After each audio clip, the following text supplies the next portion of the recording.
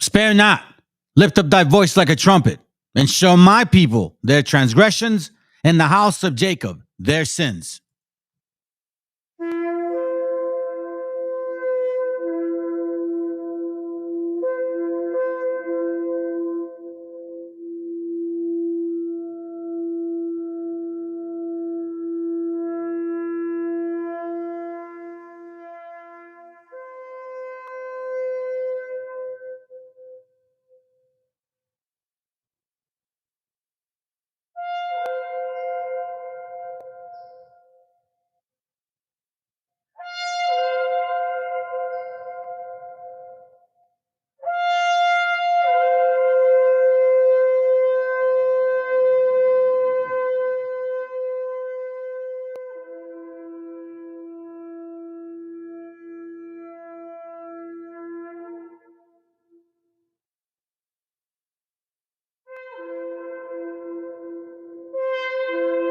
Copyright disclaimer.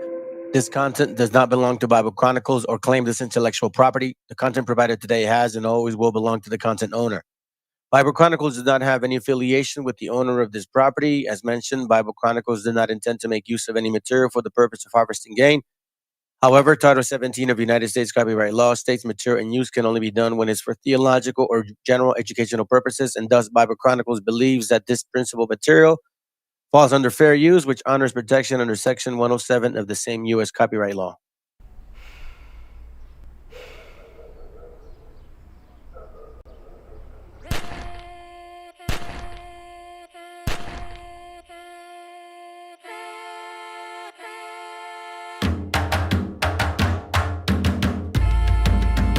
Estamos aquí, oye, que estamos aquí. Mírame, estamos aquí. Desde hace rato, cuando ustedes llegaron, ya estaban las huellas de nuestros zapatos. Se robaron hasta la comida de gato y todavía se están lamiendo el plato. Bien encabronados con estos ingratos. Hoy le doy duro a los tambores hasta que me acusen de maltrato. Si no entiendes el dato, pues te lo tiro en cumbia, bossa nova, tango o vallenato. A los Calaboy y bambú, bien frontú, con sangre caliente como Timbuktu. Estamos dentro del menú. Tupac se llama Tupac por Tupac Amaru del Perú. América no es solo USA, papá. Esto es desde Tierra del Fuego hasta Canadá. Hay que ser bien bruto, bien hueco. Es como decir que África es solo Marruecos. Estos canallas se les olvidó que el calendario que usan se lo inventaron los mayas con la Valdivia precolombina. Desde hace tiempo, este continente camina, pero ni con toda la marina pueden sacar de la vitrina la peste campesina. Esto va para el capataz de la empresa. El machete no es solo para cortar caña, también es para cortar cabeza. Aquí estamos, siempre estamos, no nos fuimos, no nos vamos. Aquí estamos pa' que te recuerdes. Si quieres mi machete te muerde. Aquí estamos, siempre estamos, no nos fuimos, no nos vamos. Aquí estamos pa' que te recuerdes. Si quieres mi machete te muerde. Si quieres mi machete te muerde. Si quieres mi machete te muerde. Si quieres mi machete te muerde. Te muerde, te muerde. Los paramilitares, las guerrillas, los hijos del conflicto, las pandillas, las listas negras, los falsos positivos, los periodistas asesinados, los desaparecidos, los narcogobiernos, todos los que robaron, los que se manifiestan y los que se olvidaron, las persecuciones, los golpes de estado, el país en quiebra, los exiliados, el peso devaluado, el tráfico de droga, los carteles, las invasiones, los emigrantes sin papeles, 5 presidentes en 11 días, disparo a quemarropa por parte de la policía, más de 100 años de tortura, la nova trova cantando en plena dictadura. Somos la sangre que sopla la presión atmosférica. Gambino, mi hermano, esto sí es América.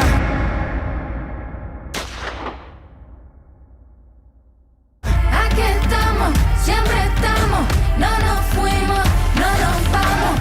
Aquí estamos pa' que te recuerdes. Si quieres mi machete te muerde.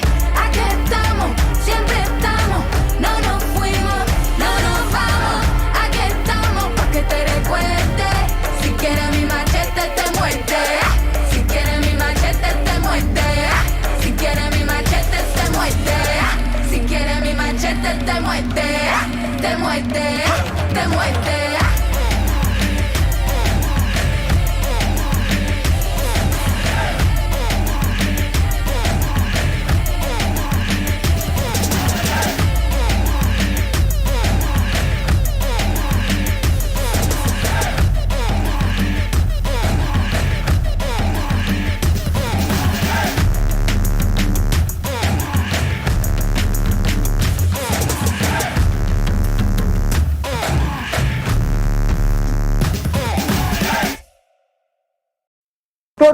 viene a decirnos con mucha firmeza y gran convencimiento lo mismo que nos decía en el siglo XVIII el barón de Holbach, ¿no? Un filósofo francés de origen alemán.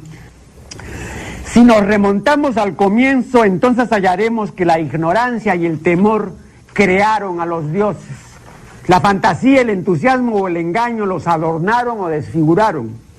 La debilidad les rinde culto, la credulidad los conserva, la costumbre los respeta y la tiranía los apoya para que la ceguera de los hombres sirva a sus propios intereses.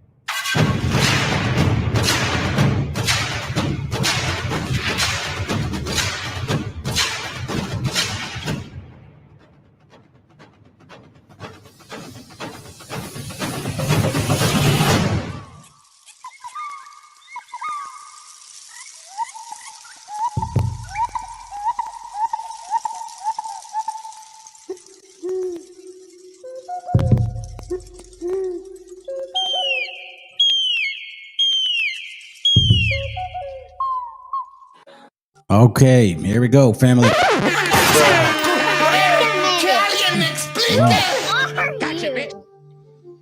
All right. Hey, what up, brother Joe? Good to have you here. I don't know if you just posted that, man, or if that was earlier. But either way, man, good to have you here. For anybody that's listening in later on, well, first of all, good evening, good morning, good afternoon for you guys that watch this from afar, because I do have a few people. All praises to our Creator for that. Check it out. Title's called KHAOTIC KAUKASIODS. Chaotic KAUKASIODS, which is not that different than KAOKASIODS, or you know what I'm saying, KAOKASIODS. I call them KAOKASIODS, whatever. So I do want to make that clear today. You're going to hear me say that a lot. I think a lot of these people here that we see, they want to all of a sudden get away from, and I think all will be revealed if the brother shows up. He had mentioned that they're going to try to point the finger at these particular people, right? You know, like as if it's their fault. Now, keep in mind, family, they call supposedly these self-proclaimed, well, first of all, these people who are self-proclaimed Jews, they call them Jews, and they say these Jews have power, right? They keep saying that. Now, we were saying that too. And they're like, they keep saying that too as well. But think about this for a moment, family. Think about this for a moment. They're Europeans. These self-proclaimed Jews are Europeans. Y'all can argue all you want about it, but they even, I guess you could say, indirectly say it themselves, because when, you know, they're out there fighting in the Middle East, and they call those people Arabs. They call Palestinians Arabs. They don't call themselves Arabs. Why is that?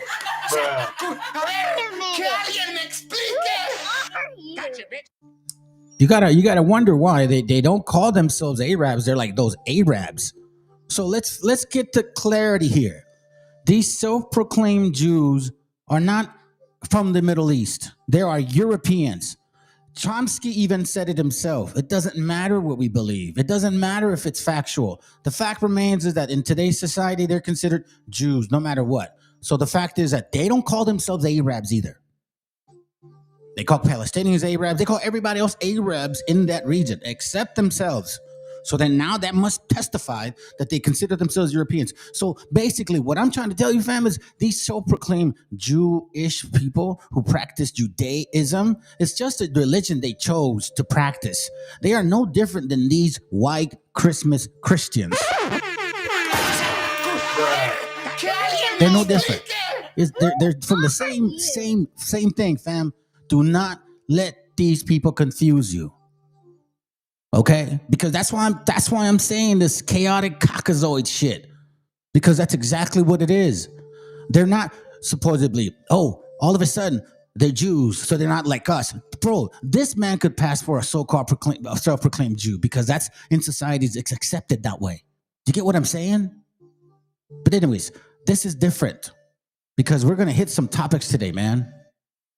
Like today, you can say that the Most High put it in my spirit to kind of leash out and eat them and put these people somehow in the remembrance of what will occur. Because if you believe in the Bible, this shit's going to happen to you then. This ain't no fairy tale, you know? But let's get to it.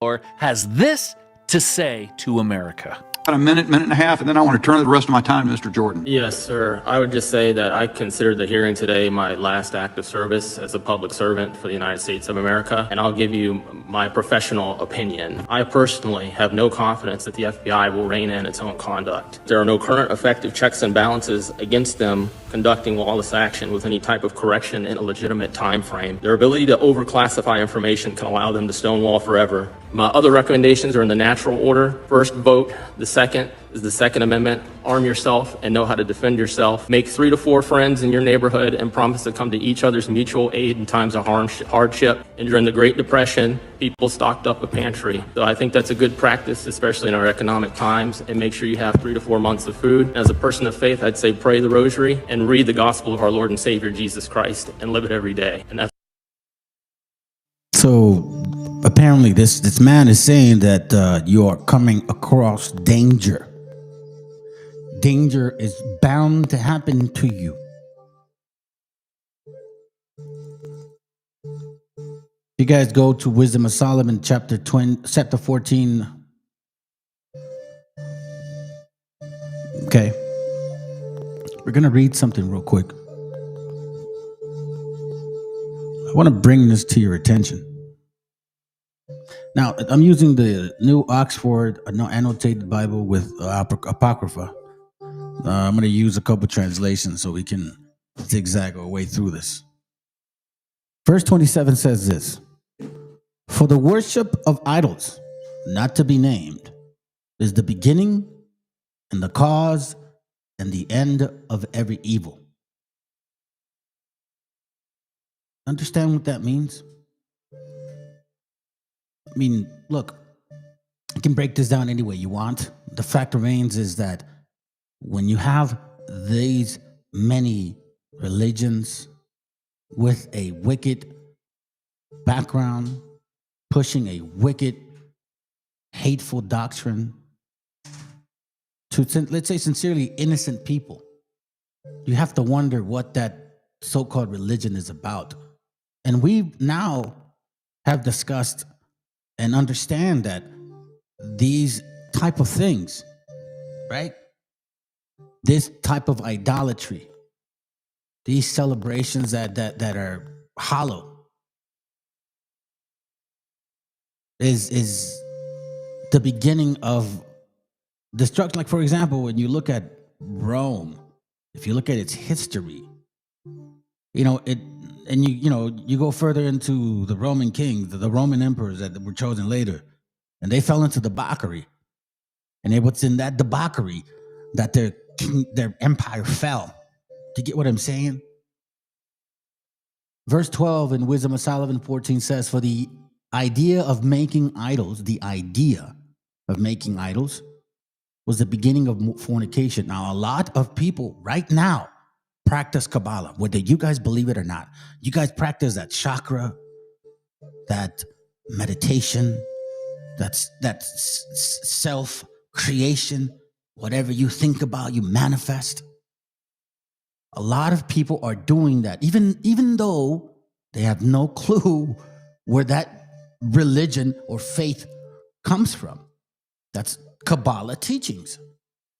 7 levels of man, so to speak. For the beginning of making idols was the beginning of fornication, and the invention of them was the corruption of life. And when we see that today,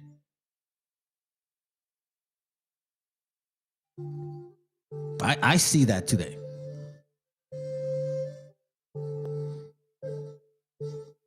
Let's see if I have this verse here. Matter of fact, you know what? Let me go here. I want to show you guys something. Because verse 12, in kind of like a little bit more descriptions that you can probably get into, right? It says here on the bottom, if you read verse, let's see, 8 through 18, he gives us a, supposedly an understanding of, their opinion. But when you read verse 12, it talks about abomination, a common term for idolatry. And we can see several precepts here, right? So like, for example, in Maccabees 1:149, I think it's 149. Let me go back. Yeah, 43 to 49, right? It starts off here, and it's actually talking about how, here, first Maccabees 1:43, yea, many also of the Israelites consented to his religion and sacrificed unto idols and profaned the Sabbath. Now, these people were practicing Mithraism, okay?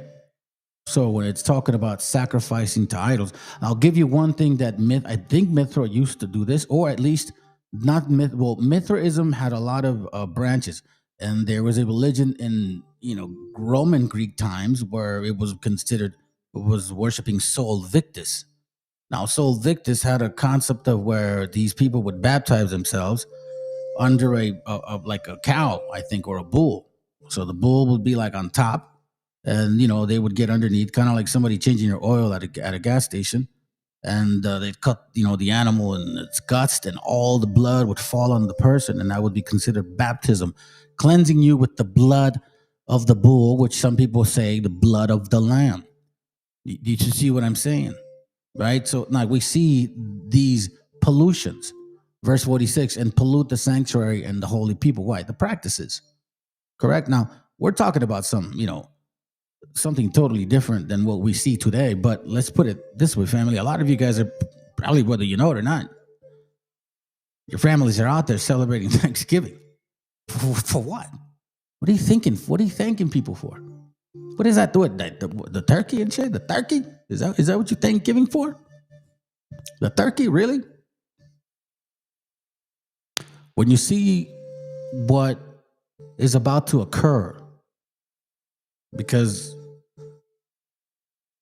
from when I noticed, and I think it's clear to all of us, that it's kind of time to get your shit right, man. I'm not saying you're running out of time. Nobody knows when, but you know what I mean? It's getting pretty chaotic around here. Jeremiah 51 says, the word that the Lord spake against Babylon and against the land of the Chaldeans by Jeremiah the prophet. Keep in mind, Babylon.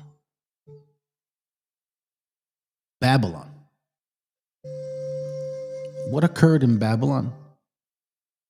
Captivity, correct? Now here's the vengeance towards Babylon. Kingdom or kingdoms. Because kingdoms come, kingdoms go, right? The vision of Daniel saw 4 of them. Declare ye among the nations and publish and set up a standard, publish and conceal it not. Say, Babylon is taken, Bel is confounded, Merodach is broken in pieces, her idols are confounded, her images are broken in pieces. What are we seeing a lot nowadays? For a lot of, at least what I can tell you, a lot of Christians that I've spoken with do admit that the way that Christianity is being pushed right now is not what they were used to. I think it's very obvious that Christianity has always been a white nationalist idea. It's never been. I think people are now just a little more aware of the fact that it's in their face. You know what I'm saying? You don't see these churches pushing back against anybody, all of the or gente being arrested and taken by masked people. That's very clear on you guys. Let me go to chapter 51. Chapter 51, verse 44. I think verse 44. Maybe I could skip this one, but let me see this.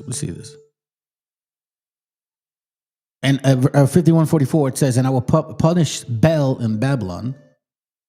This is a deity. And I will bring forth out of his mouth that which he had swallowed up. And the nations shall not flow together anymore unto him. Yea, the walls of Babylon shall fall. And you know, in Revelation, obviously, you guys that follow the New Testament, it talks about Babylon falling again. Now remember, there's 4 kingdoms in Daniel. All of them fall. And the vision of the eagle, where there's a kingdom that didn't die but was wounded, is the same one. 4th is the same one. Now I'll say this to you, and I appreciate you, brother, for sending me this video. You know, you don't have, I don't have to do that, but you know, it's a message for a gente, man. I mean, and I guess sometimes I say a lot, but there's a few things that actually do make sense, man. And you're correct. Hopefully, people catch on. You got people here trying to steal your shit, and you don't even know it's yours. It's like you don't even know you don't even know you're sitting on $1 million, so to speak, and somebody's going behind your back trying to take that ticket. Like, just imagine you as a kid, and other kids, hey, what's up, man? And you're kind of sitting up a little bit. You're not leaning back, but you have your little envelope full with your little $1 million ticket, and some kid that's trying to be so-called your friend, he's reaching behind you, trying to take that envelope, bro. That's exactly what that is. And what I'm trying to do is show you guys, like, yo, you gotta open up that envelope, okay? Just open it up. And if you don't like it, fine. Maybe it ain't for you. But I think that if you take your time and pay attention and read these things that we provide for you without being so insecure, I think you just might be able to help us here to get rid of that malinche shit that we're all suffering. A lot of you guys are suffering that malinche shit. You guys want to be enslaved. But I don't understand that. Thank you, bro, for pointing that out, man. Thank you. You know, you probably could have said it better than me, to be honest with you, brother. You're pretty smart yourself. Isaiah 46. I'm sorry, Isaiah 46. Point this out real quick, because a lot of times we forget that. We forget that these things have to be declared.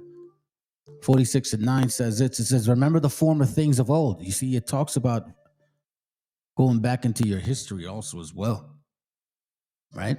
Remember what happened long ago. Some people say, hey, you know, that happened a long time ago. Like, you know what I mean? 1492, that happened a long time ago. Well, yeah, but 1776 so did too, but you keep bringing that shit up, right? Remember what happened long ago. Acknowledge that I alone am God and that there's no one else like me.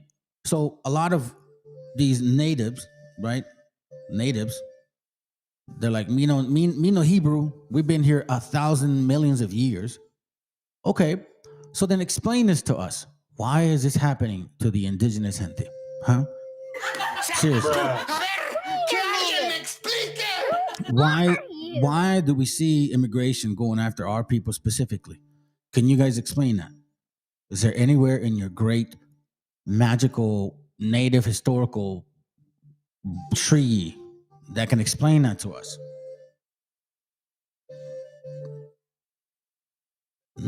It's very hard to really listen when you have no explanation for it. And it says, verse 10, from the beginning I predicted the outcome. And a lot of our native brothers, you know, indigenous people, historically, they and I don't remember the books exactly. I think it's one that I have in books, and I think it's a book regarding La Llorona, but it's actually mentioning how our people had an idea of foreigners coming and taking the land, and that's why the concept of the Llorona, you know, also relates to, because she was crying for her children that were about to die or that had died. But I think the story was that was about to die, and that's pretty heavy, right? From the beginning, I predicted the outcome. Long ago, I foretold what would happen. I said that my plans would never fail, that I would do everything I intended to do. And our people, if you read the history, limited, but what has been written and what they said is they expected, you know, for lack of better words, payback or reset. Like that's not even. I mean, you even listen to the Hopi prophecy. They even say that shit. They even say that. So explain that. You know what I mean? Because like in reality, bro, when you look at what, well, I can't even explain it. I mean, okay, I'll give you an example then. Why is it certain people doing this? Like, what is it? What is it about us that they hate so much? And why did the creator of it all, okay, say this about them? It says, Obadiah 1:8, on the day I punish Edom, I will destroy their clever men. Remember, I shared with y'all Joshua 28:20. It talks about how Esau is a deceiving person that is interested in what men think in order to persuade them. I will destroy this clever man and wipe out their wisdom. I've read that to you guys. Look up Joshua 28, verse 20, I believe. And it'll tell you Esau is Edom, basically, family. So then why is the creator utterly mad at these people? You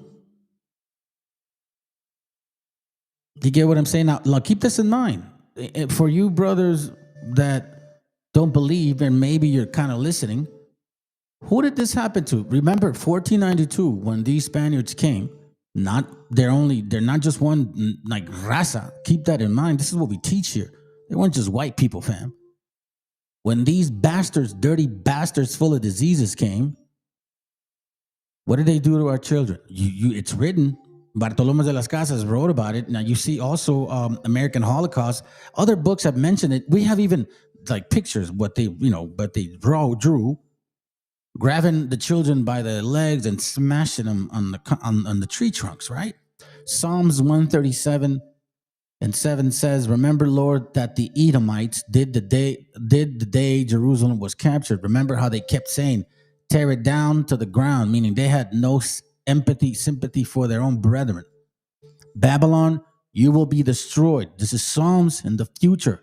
Happy are those who pay you back for what you have done to us, who takes your babies and smashes them against the stones, the rock. Didn't they do that when they showed up in 1492? How is it that is in there? How is that possible?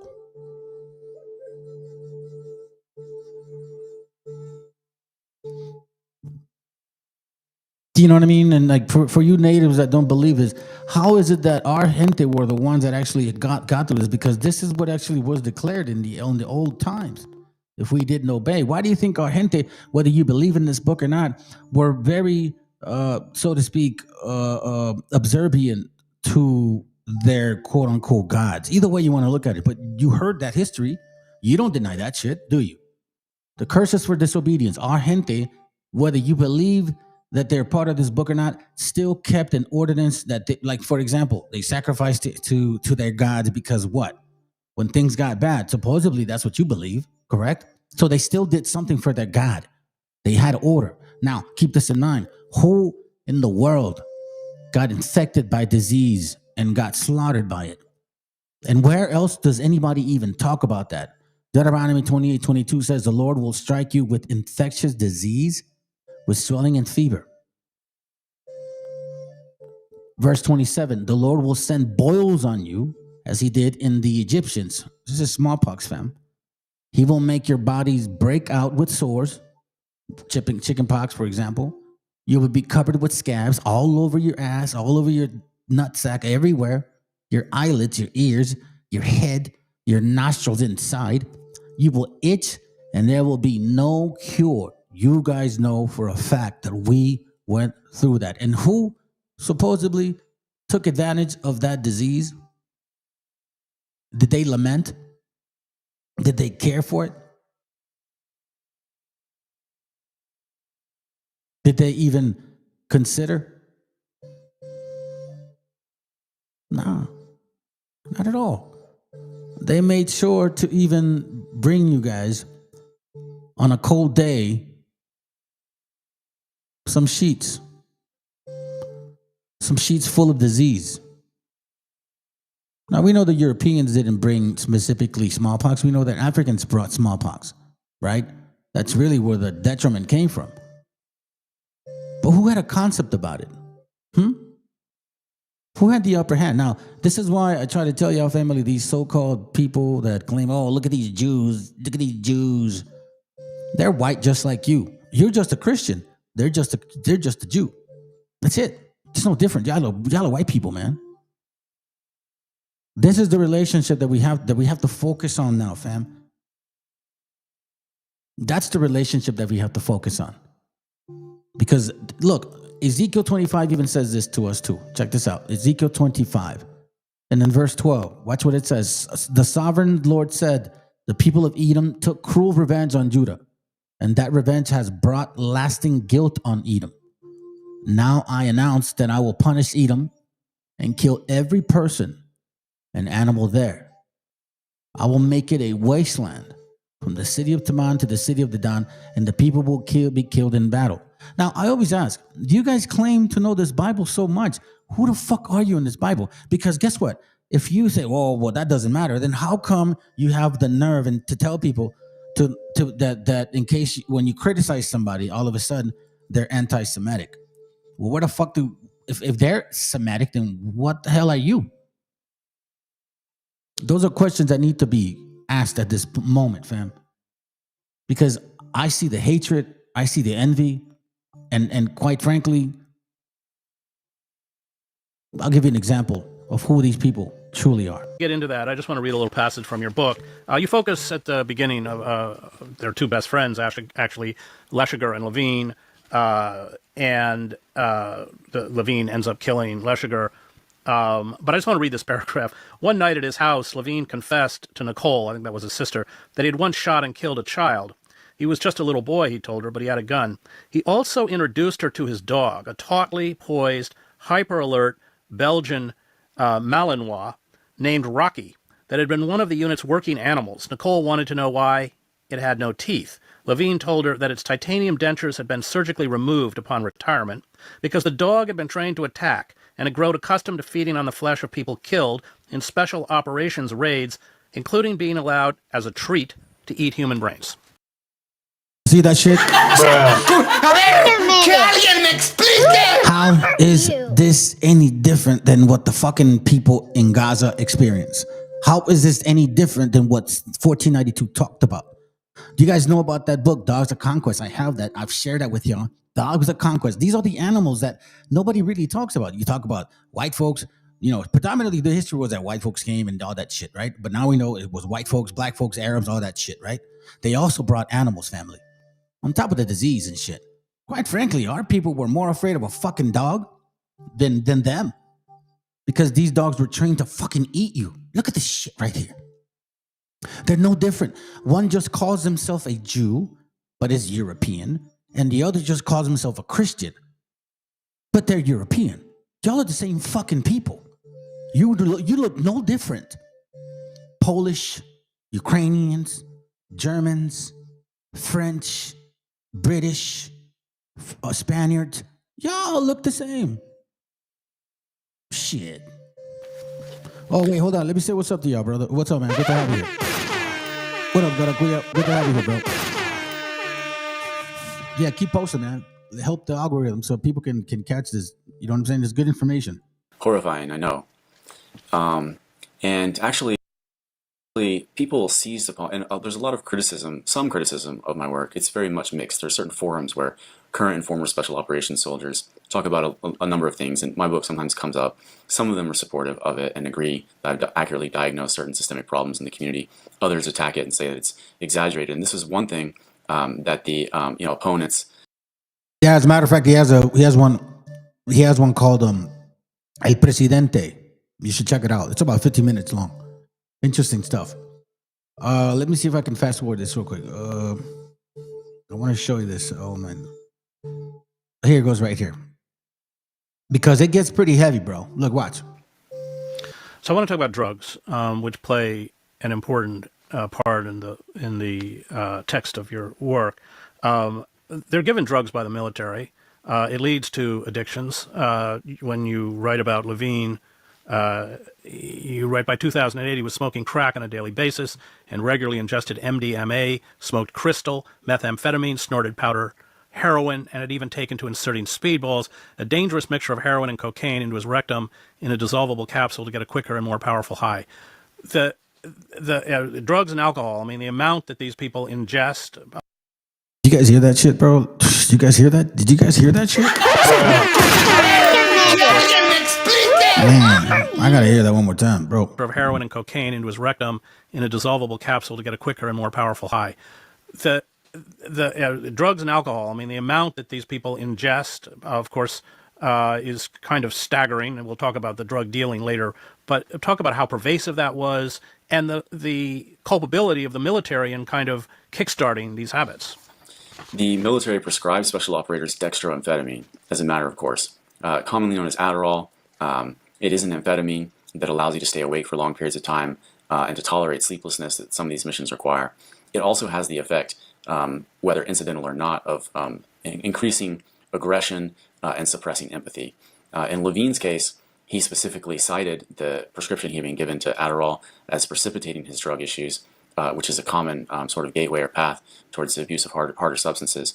He started crushing and snorting his Adderall, taking double the dose that was given to him, and then pretty soon he graduated to just using cocaine and smoking crack cocaine. And then his drug use and dependency deteriorated from there. More generally in the community, there's a ton of drinking. I mean, alcoholism is a major factor of life in the Special Forces, and it's not to be puritanical or to be judgmental of these people. I mean, a lot of people in our country struggle with substance abuse. It's actually one of the See, that's why you have to consider what we have read in the past before, and why, you know, when you go through these verses, you can't really skip. You can't really skip a lot, fam, and you shouldn't. You got to be mindful of the message. You got to be mindful of what's going to occur. You got to be mindful of how, you know, scripturally speaking, they say that they're going to be drinking the cup. The book says that they're going to be drinking the cup. A lot of us suffered of, you know, addictions. A lot of us are not dealing with that shit no more. You know what I'm saying? And all glory to our Creator. So what does it actually say? It says, Isaiah 48:11, what I do is done for my own sake. I will not let my name be dishonored or let anyone else share the glory that should be mine and mine alone. Watch this real quick. The Lord says, listen to me, Israel, the people I have called. I am God, the first, the last, and the only one. My hands made the earth's foundation and spread out the heavens. When I summon earth and sky, they come at once and present themselves. Now watch this. Assemble and listen, all of you. None of the gods could predict that the man I have chosen would attack Babylon. He will do what I want him to do. A lot is going on right now with our surroundings. And it's always considering this particular. Remember, there's 4 kingdoms. 4 kingdoms. 4 kingdoms. That has not changed. And from what we see, every kingdom, right, is ruled by who? Who is the world given to? Job 9:24 says, God gave the world to the wicked, right? He made all the judges blind. If God didn't do it, who did? So we see now that in this Babylon, after Babylon, after Babylon, after Babylon, it gets worse and worse and worse. And guess what it's actually speaking of? That in each kingdom, it's ruled by the wicked. And that's why you see wickedness. Now, like, for example, I don't know what's really going on with these Democrats, Republicans. They supposedly passed the bill that they're going to release the Epstein files. Now, if this is all really true, which I think it is, right? You know, obviously people went to jail and all that stuff, and women are saying that they got abused and raped. If this is really, really, really, really true, you're talking about government, powerful people with money, bro. Kings, you know what I'm saying? Abusing children, bro. Abusing children, bro. Like, what the fuck, man? That's crazy. The earth is given unto the hand of the wicked. Right? And we see this here. Let's continue. I want to show you this, man, because look. So I asked my native brothers here, why does this continue to happen to us here in our continent?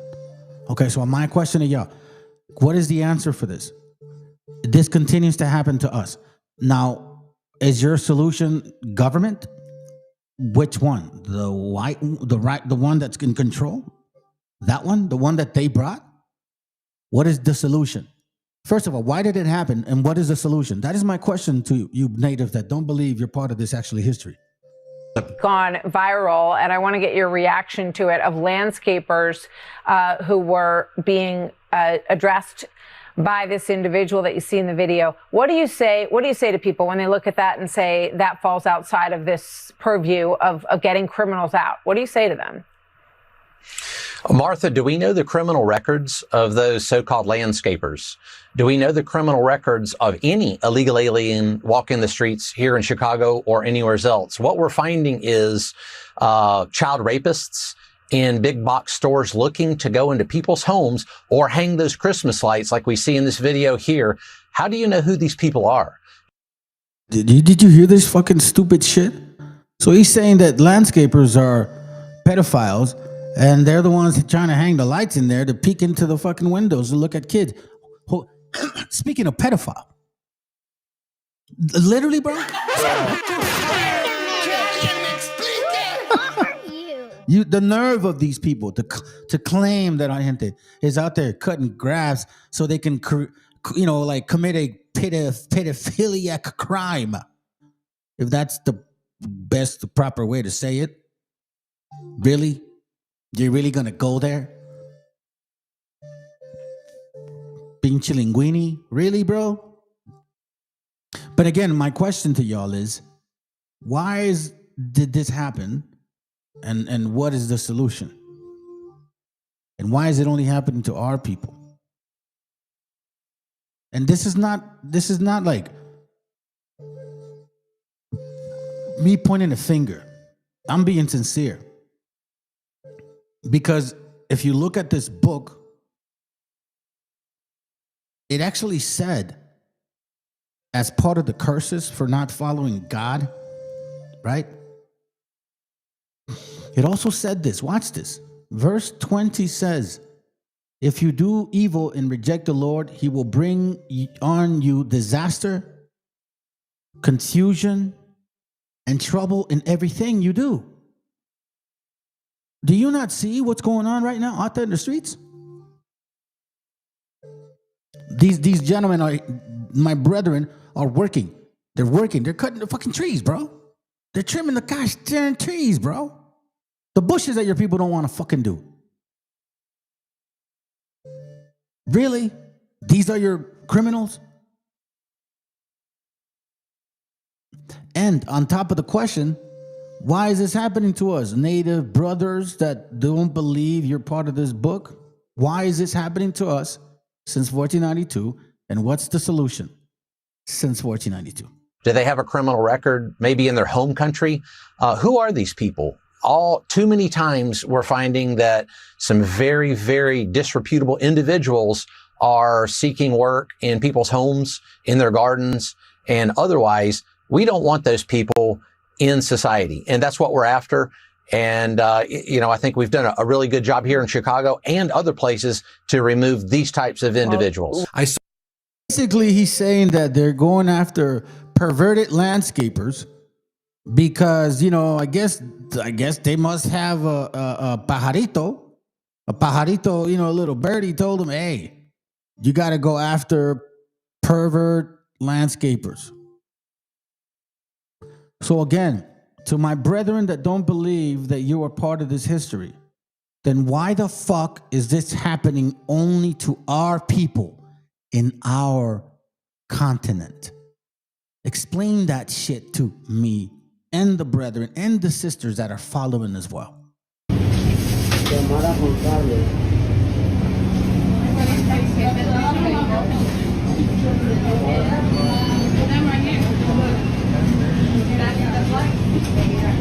It's that, those wait, yeah. Oh my god, oh my god, oh my god. Apaguen la luz, apaguen la luz. Háganse todos para este lado. Ahí vienen. Mira, estamos en Elizabeth y cita aquí. Right here. Háganse todos de este lado, porque se puede ver de allá afuera. Háganse todos para allá.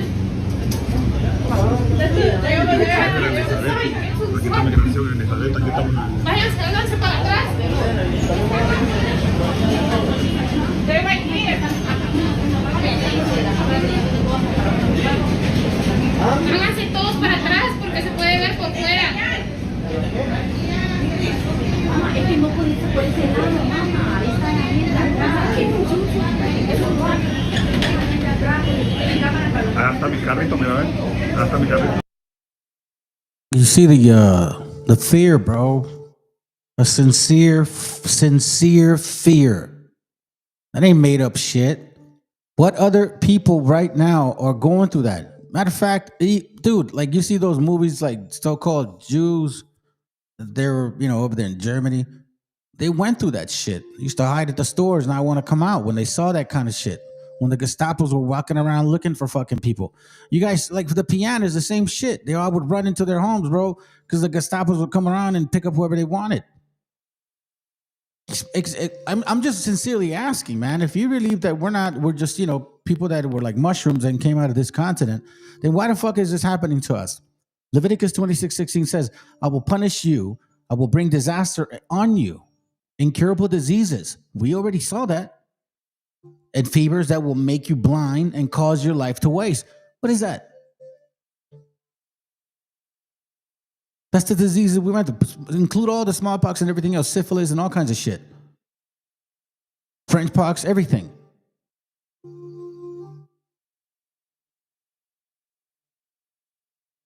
I will turn against you so that you will be defeated, and those who hate you will rule over you. You will be so terrified that you will run when no one is chasing you. Damn. Listen, no one is chasing them, okay? They're at the store. They're seeing this from a distance, but they're in fear over people that hate them. I will turn against you so that you will be defeated, and those who hate you will rule over you. And these ones that rule over you basically will make your ass run away.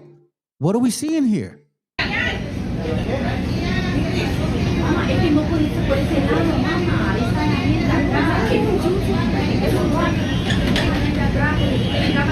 está mi carrito, mira, ven. Ahí está mi carrito.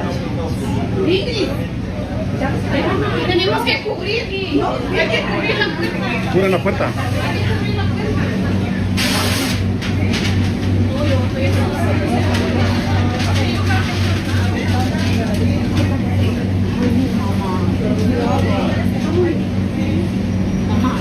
Mamá, usted no se movió, ¿verdad?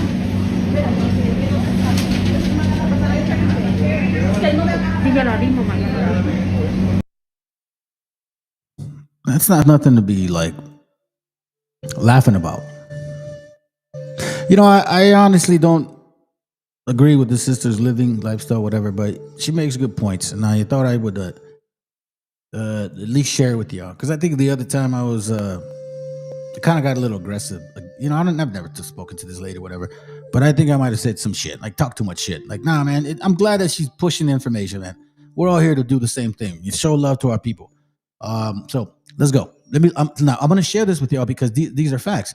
Now, keep in mind, pay attention to what she says, because what she says is exactly this right here. Deuteronomy 28:44. Foreigners who live in your land will gain more and more power while you gradually lose yours. Okay? Pay attention.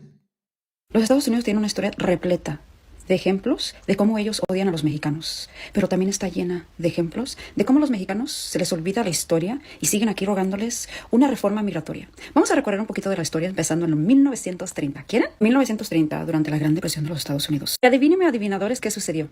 Pues se trajeron un montón de mexicanos a laborar aquí en los Estados Unidos. Aquí en los United States. States. Y todo bien, todo chido, ¿no? Nos estaban pagando bien poquito, nos humillaban, nos pateaban. Y nosotros aquí bien a gusto laborando, porque hay una canción ahí que dice, no le ruegues al Señor por una casa, mejor dale gracia que tienes vida y trabajas. Y pues no, nosotros los mexicanos... Remember, keep in mind that, hold on, let me slow her down. Remember, keep in mind that, this is our continent. We've been here longer than anybody else. I don't know about 30,000 fucking millions of years and shit, but you know what I'm saying? We came here first. Foreigners who live in your land will gain more and more power. You will gradually lose yours. Like she's saying, de repente, like, no, at least be thankful que te dieron trabajo. Pues usted ya sabe, señor. Pues tú ya sabe. Muchas gracias por el pinche dólar que me dio, cabrón. Yeah, right. Subimos eso al punto de la letra. ¿Y luego qué pasó? Una repatriación. Qué bonitas palabras inventan los americanos para quitarle la tierra a los nativos y los indígenas, ¿verdad? ¿Saben qué sucedió? Más de 2 millones de mexicanos fueron forzados a repatriarse. Muchos de ellos eran ciudadanos americanos. Once again, let me read it again, because I don't know. I have to remind y'all. So my brothers who don't and sisters who don't believe you're part of this book, then show me something that explains to me why is it happening to our gente. And it's happened since 1492. And I see this book here that actually prophesied that all of this shit would happen to certain people. Foreigners who live in your land will gain more and more power while you gradually lose yours. Now, you could say, oh, well, that happened to a lot of people. You're right, it did. But if I take you through all of these verses, nothing has happened to all nations like this. Only to us, our indigenous people, our gente, the Mashiach here, and the Arawak and Tainos here, the people of the Creator. So, you know what I mean? Make sure that you don't mist or create some ideology. I can take you everywhere.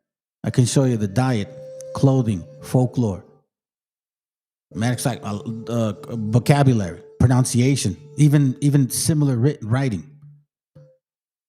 Yeah, I can. I don't just need the curses.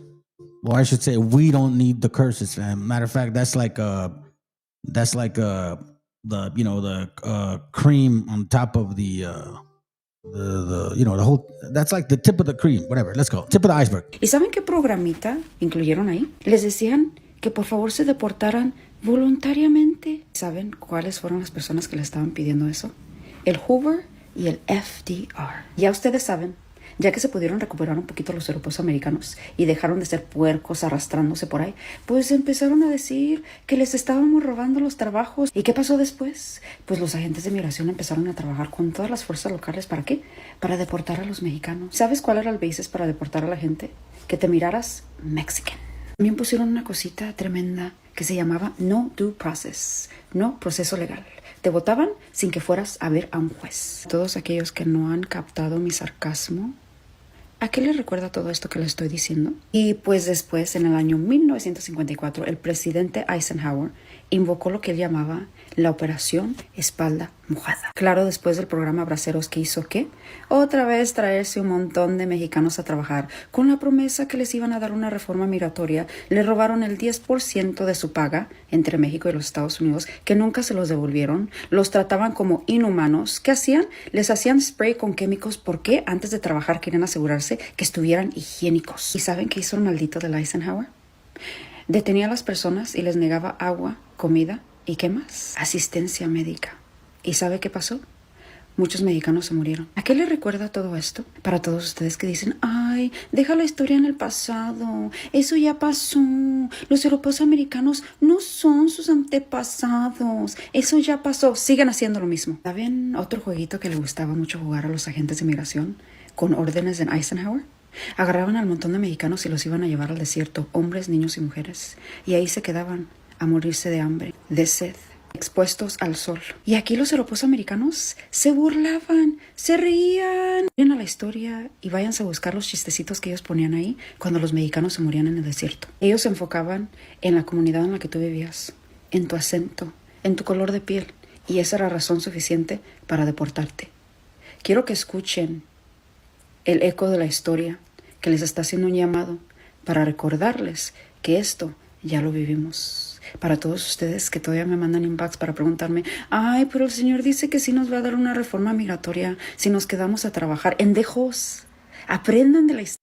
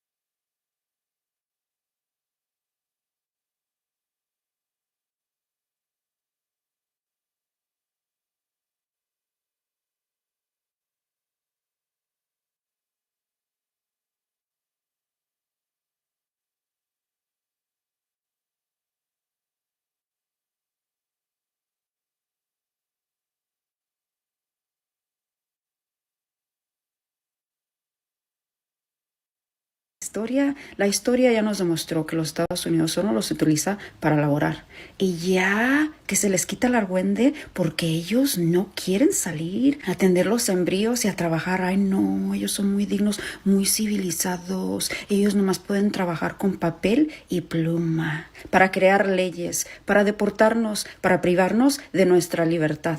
Pues ahí lo tienen, un recorrido de la historia, empezando en 1930 y luego en 1954.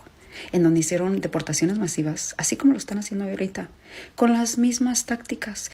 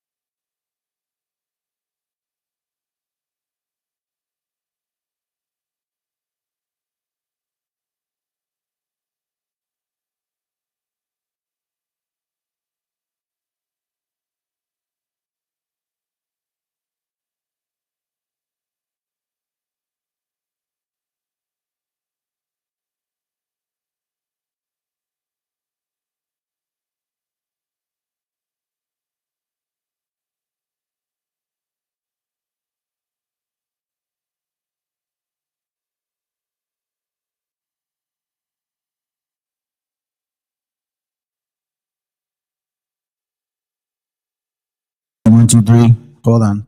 Testing. Well, there we go. Right there. There you go. Damn. Thank you, sir. Thank you very much. Thank you very much. Thank you very much. So as we can see,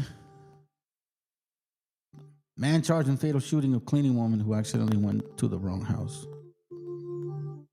I think you guys can hear me now, right? So apparently this man felt scared of this little, Mexica sister, little 4, maybe 5'2", maybe, if that, because I remember I saw the picture. If that, right? I mean, she wasn't big, fam. Just, normal size Mexica sister. I don't know if she was Mexica, but remember, the understanding is like if you're of this continent, right? You're considered a Mexica, and then you branch out to your tribe. That's the idea. Now, some people are trying to say that supposedly they always believe that shit. All of a sudden now, Where were you before, bro? Where were you like 2, 3 years, 4 years ago, man? Brother's been doing this for quite some time. So anyway, so explain this to us then, shit. See, this is the problem. I tell you this right now. No offense to you, brother. I know you're suffering, man, but what the fuck is this right here? What is she gonna do, bro? You see this lady? She didn't look more than 5'2", fam. You see, this is the problem with idolatry.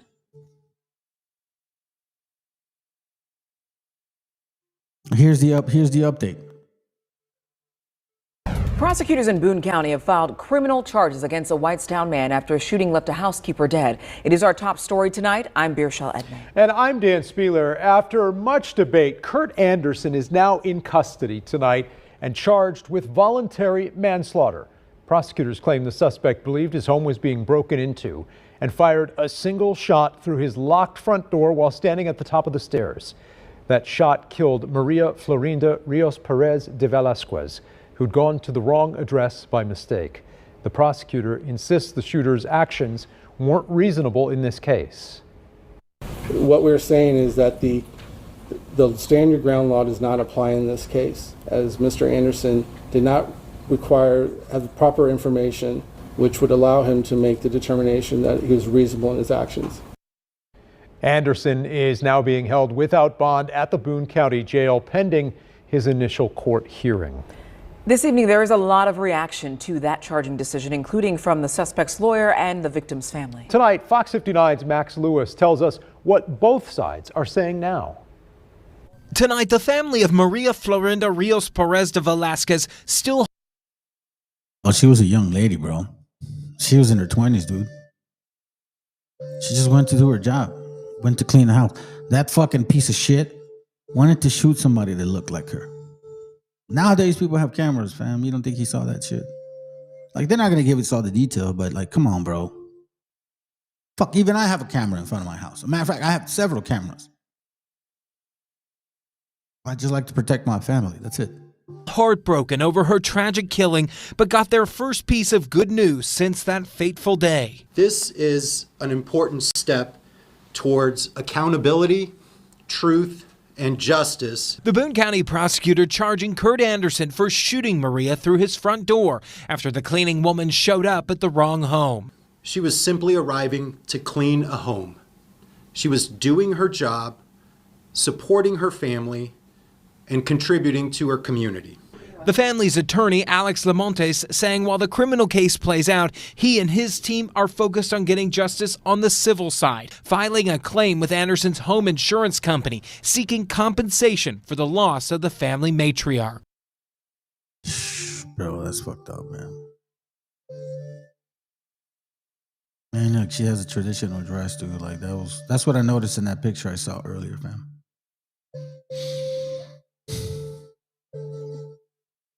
This is what you would call the Ayaman tribe, and I'm gonna show you that later on. So again, I ask, why does this occur? Like, once again, Native brothers and sisters who don't agree that you're part of this history, even though we can prove it in a lot of ways. So we're not even worried about the people that try to debunk. You can't debunk the shit no more. I am the only one on YouTube. Okay, I'm the only one on YouTube that can use the Bible, history, and DNA to prove what I'm teaching. I'm the only one.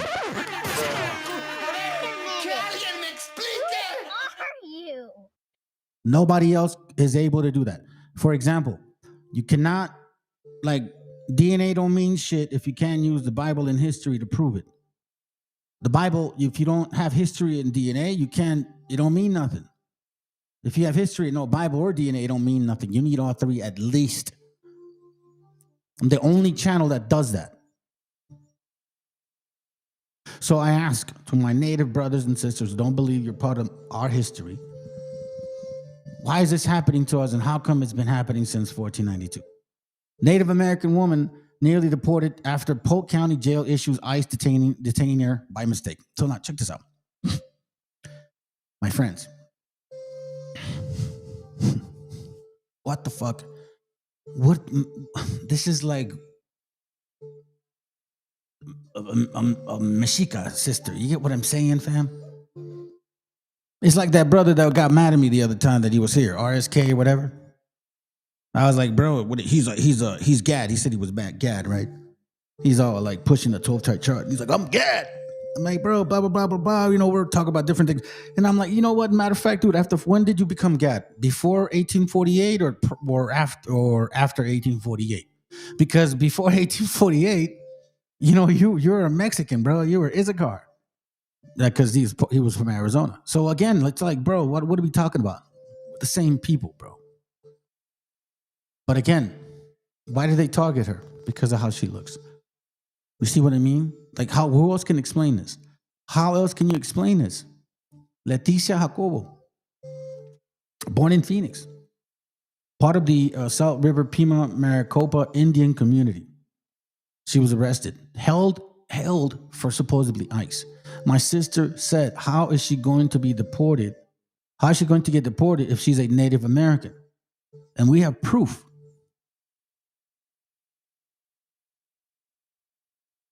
We're no different, family. So I ask you, why is this happening to our gente?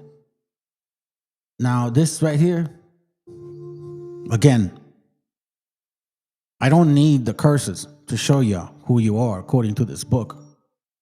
But according to these prophecies, it literally said that these things were going to occur. It says here that Deuteronomy 28:32, your sons and daughters will be given as slaves to foreigners while you look on. Every day you will strain your eyes, looking in vain for your children to return. Right? So here we see that you're not going to enjoy your children. Verse 41, you will have sons and daughters, but you will lose them because they will be taken away as prisoners of war, this is what they declare. They came here, conquered, and you're a enemy of the state, which is why they call you an illegal alien, enemy of the state. So you see how powerful these experiences are and how sad this shit is. So now listen to what this guy is saying, bro. When I heard these things, bro, it broke my heart. So again, I ask you, if you ain't part of this history, why is this happening to us in our continent? All right, Nurse Doug and I were talking about something really, really depressing. There were 3 tender age care facilities in Texas that have been discovered. There's many, many, many, many more nationwide. These facilities are specifically for newborns to 5-year-olds, children of supposed illegals. Hot dog. These are just big hundreds of children, big, huge complexes with just babies, no parents with them. Who knows if they'll ever see them again. I don't care how racist anyone wants to be. That's just fucking cruel. That's ugly. And in addition to that, 43 million hungry people. Some lucky ones in some lucky states got their SNAP benefits for November. I wanted to point out the first part.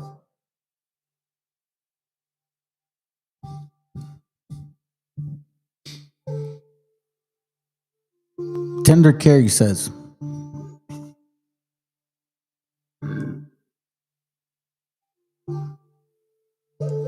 ICE people who are in it for the use for a human, especially you. Wake the hell up. This is the most disgusting, vile excuse for a human that there is. And every single one of Trump's people that are helping this stuff happen, the people who work at these tender age centers, ICE people who are in it for the cash, your soul is in trouble. You're going to hell. There's no way. You're inhumane.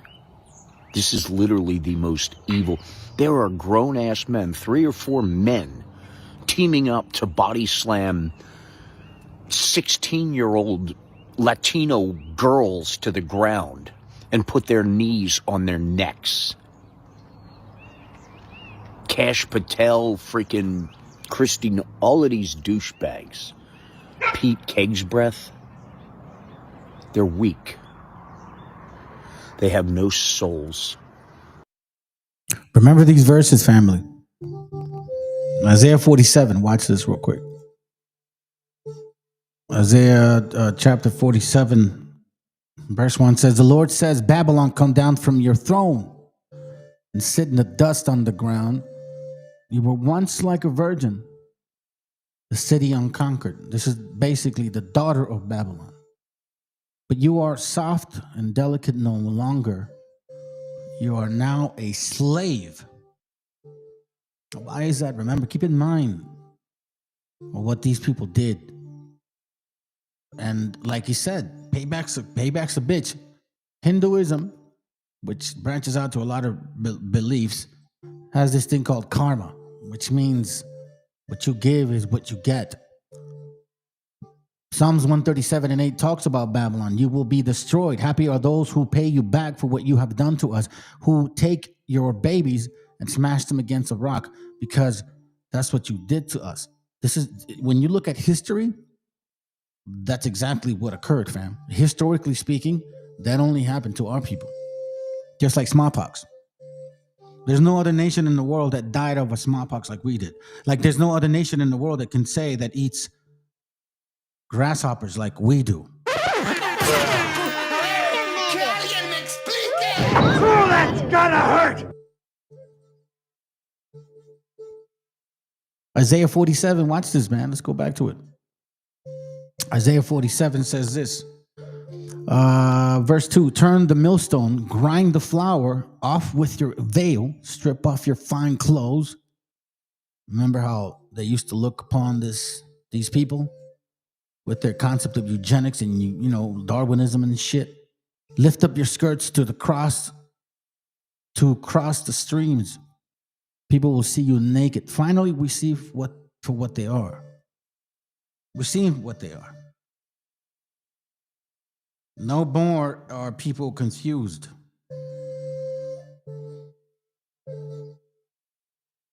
No more will people say,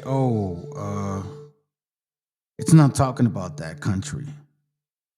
It's talking about other things, you know. It's not saying North America. It's you know, it's Jesus came and got rid of the Old Testament. It's not going to happen. No, it's going to happen. It says here in verse 6, I was angry with my people. I threatened them as no longer mine. I put them in your power, and you showed them no mercy. Even the aged you treated harshly, from the young to the old. Deuteronomy 28, verse 50 talks about that, by the way. It says they will be ruthless and show no mercy to anyone, young or old. You think you want to get away with the New Testament that you created. This is why I have such a difference with it now, fam. And I was very studious of that book. But after going through what I've learned, you got to really sit back and wonder what Jesus they really are trying to give you. What are we talking about here? Verse 8, listen to this, you lovers of pleasure. Do not think you are safe and secure. 2 Ezra 16, I believe, verse 21 talks about, or 16 talks about, when individuals, meaning merchandise, gets real cheap, y'all going to feel like, oh yeah, America's the greatest. That's when you're going to start seeing the downfall. No more 99-cent stores, family. Y'all seeing how economy is going up and down. Nothing secure. You claim as you are as great as God, that there's no one else like you. That's what they believe. That they're God's chosen people. Now, as a matter of fact, let's put it this way. They claim that the Jews are Jews. Those people look just like them, right? But then the Protestants believe that this was a promised land. And in secret, they do say that they're the Israelites, by the way. They just don't tell you in your face. A lot of you guys are stupid. You really think these are your friends. You thought that you would never be a widow or suffer the loss of your children. Well, but in a moment, in a single day, both of these things will happen. You see that will? That's prophecy. In spite of all the magic you use, now we know you will lose your husband and children. Because we know that these people, the sons of Esau, sons and daughters of Esau, do use magic. Some are considered Jews. Some are considered Christians. They are both the same.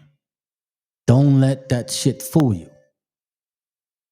Let me tell you why. Listen to this real quick. I'm going to give you a little. I'm not going to show you the 35. I just want you to pay attention to what he's saying. What does it say here? Israel pulls the strings. What has been going on has been a joint operation, maybe even more than a joint operation in terms of a third or a fourth party. But there are certainly two parties in this. One, of course, is the empire, the United States, but the other, very substantively, is Israel. Israel is there big time. Israel has been there since the first finding in the 2016 year of Trump's first administration. Israel is a part of the intelligence picture, whether it's false, fair, accurate, or whatever. And in most cases, I think it's pretty false. And Israel is a manipulator of the intelligence that Trump is getting. One of the people giving Trump the intelligence is an Israeli citizen, dual citizen, of course, which is what we like to have in this country. But he's an Israeli citizen. He's linked with a former CIA individual who are giving for money Laura Loomer intelligence from Venezuela that they say is accurate, and Trump is turning his face away from the vested intelligence community. Why did I show you that video? And appreciate you brothers that are sticking around, watching. I know everybody left and shit. Hey, it's all good, man. I'm not here to fucking. You either like the message or you don't, bro. It's pretty simple, man. If you don't like it, skedaddle. You don't hurt nobody's feelings. Because here we actually do listen to some actual facts, man. And you guys end up missing it. So why do I show that? And why do I say Israel has all the has the power? Listen, since 1492, they've been here. See, that's what I'm saying, fam. They're no different than the same people who financed the slave trade since 1492. The Jews did, predominantly Sephardic Jews at that time. And then after time, a couple hundred years later, Ashkenazis came in. But it was Sephardic Jews initially, and then Ashkenazi Jews later. The point being is, throughout history, they've always played the part. Now, remember, when I say Jews, it doesn't mean that they're fucking Arabs. They're not from the Middle East, because they say it themselves. They're not Arabs. They call everybody else their Arab, except themselves.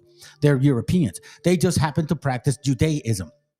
And these over here, Cracker Barrels, happen to practice Christianity. That is the only fucking difference between these two people. Because guess what? Raza, you need to wake the fuck up. I'm telling you right now. Watch this.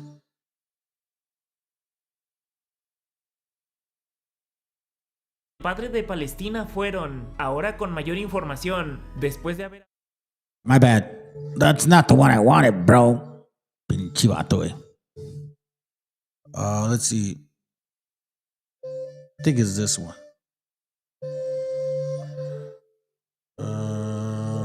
Is it this one? I played it before. No sé, no mames, güey. Get it, bro. Come on.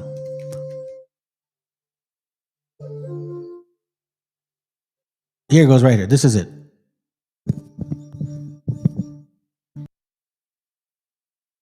Que es un criminal sionista, lo digo abiertamente, él apoyó a Trump. That guy funded Trump. Do you understand that? He's the one that got Trump in power. IPAC. What was the message that Trump was pushing? Anti-immigration. Fuck you Mexicans. Fuck you Salvadorians. Fuck you Hondurans. Fuck all you goddamn Indian people. We hate you guys. You're no different than the people from Gaza. That's the message that was funded by these people, these Jews that you claim that they're fucking different than these other ones that are Christmas Protestant Christians. Stop the bullshit. Stop the cat. Stop it, family. You're all stupid, man. You guys are fucking dumb if you believe this dumb shit. Look at them. They're no different. One just claims to be one thing, one just believes in another. They're all playing the same game. They funded this dude. And what was the message that this dude came in? Mexicans, fuck you. I'm going to deport you. We hate you. And who funded him? Those people that a lot of you Christmas Christians, especially you Mexicans, you dumbasses that still are in Christianity. I'm going to call you dumbasses. You want to know why? Because the same people that you claim that that's the chosen, they're the same ones that want to bury you. Él apoyó a Trump y es íntimo de Netanyahu. Entonces, cuando llegó Netanyahu a Dallas, Texas, que había un grupo de judíos o israelíes, no sé cómo se diga ya eso, le decían, oye, ¿por qué persigues tanto a los palestinos? Y les dice, los palestinos son para nosotros los israelíes lo que los mexicanos son para ustedes. Los palestinos son para nosotros los israelíes lo que los mexicanos son para ustedes en Estados Unidos. Los palestinos son para tanto a los palestinos. Y les dice, los palestinos son para nosotros los israelíes lo que los mexicanos son para ustedes en Estados Unidos. Entonces yo veo... The Israelis over there and the Israelis here see us no different than the Palestinians over there. He says that the way we see the Palestinians is the way you see the Mexicans here. They didn't say Puerto Ricans. They didn't say Cubans. They didn't say Negroes. They didn't say Filipinos. They didn't say Chinese. They didn't say, nobody else. They didn't say Venezolanos, Nicaragüenses, Chilenos. They said Mexicans. You, brothers and sisters, are an important part of this awakening. Without you, it's hard to accomplish it. Do you understand why you natives that claim you're not part of this have no answer to what I question? I even go to your channels and question the shit, and you don't answer me. You're not the only ones. Foppy's scared of coming over here. BHI don't even mess with me. Let alone IUIC. General Yahana came one time, I think. And that was it. La palestinización de los mexicanos en Estados Unidos. Con todos los componentes. ¿Cómo? Con todos los componentes, porque primero Estados Unidos le roba el territorio a México, después le termina de construir un muro, después los ataques xenófobos y racistas por un componente étnico y religioso también. ¿Qué falta? Bueno, falta el último capítulo. Vamos a empezar a ver, hay que tenerlo en el escenario, una gran discriminación sobre los mexicanos. Eso a mí me queda muy claro. He has said this years ago, fam. He has said this years ago. Wake up. Y Estados Unidos, porque aquí la pureza blanca del WASP, del racismo, supremacismo, es igual que la pureza inventada de los nuevos judíos del siglo XXI, que ni son semitas. Oh my God, I totally missed that. Yes, yes, yes. Oh, that's gonna hurt! Gotcha, bitch. He said exactly what I said. That the Protestant concept, you know what I'm saying, is no different than the Jewish concept because they're not really Jews. Like, he even said it himself. Look, watch this. I'm not kidding. They're no different, fam. It's the same root, same tree, same bullshit. Just one claims to be this, the other one claims to be that. Now they're trying to point the finger at what, the other one. When these, matter of fact, dear white folks, matter of fact, I'm going to say that nicely, dear white people, these Jews gave you this fucking, this country. They financed the shit since 1492. If anything, you should be kissing their ass. Es igual que la pureza inventada de los nuevos judíos del siglo XXI, que ni son semitas. Lo digo con responsabilidad. Hoy uno llega a Tel Aviv y el 25% habla ruso. Son de origen házaro. Los házaros, lo digo también con definiciones puntuales, son mongoles centroasiáticos. No son semitas. En Estados Unidos, que es un criminal. So he said it himself. I don't even have to say it. But the reason why I share this with y'all is because I think this is so fucking ridiculous, bro. Like, it's like this. Trump defends Tucker Carlson after interview with white nationalists. Right? So, this right here. So, we got the Negro Nazi over here. Negro Nazi. And then we have the fucking Mexican guy that likes to get pegged in secret. So, they're both Nazis. Apparently, like, Trump, who was funded by the quote-unquote Jews, supports this guy who puts this on, supports this guy who hates Jews, but yet it's the same people, family. You see the game they're playing with y'all? One just claims to be a Judaic believer. The other one just likes to celebrate fucking trees on December 25th. They're no fucking different. You see what I'm saying?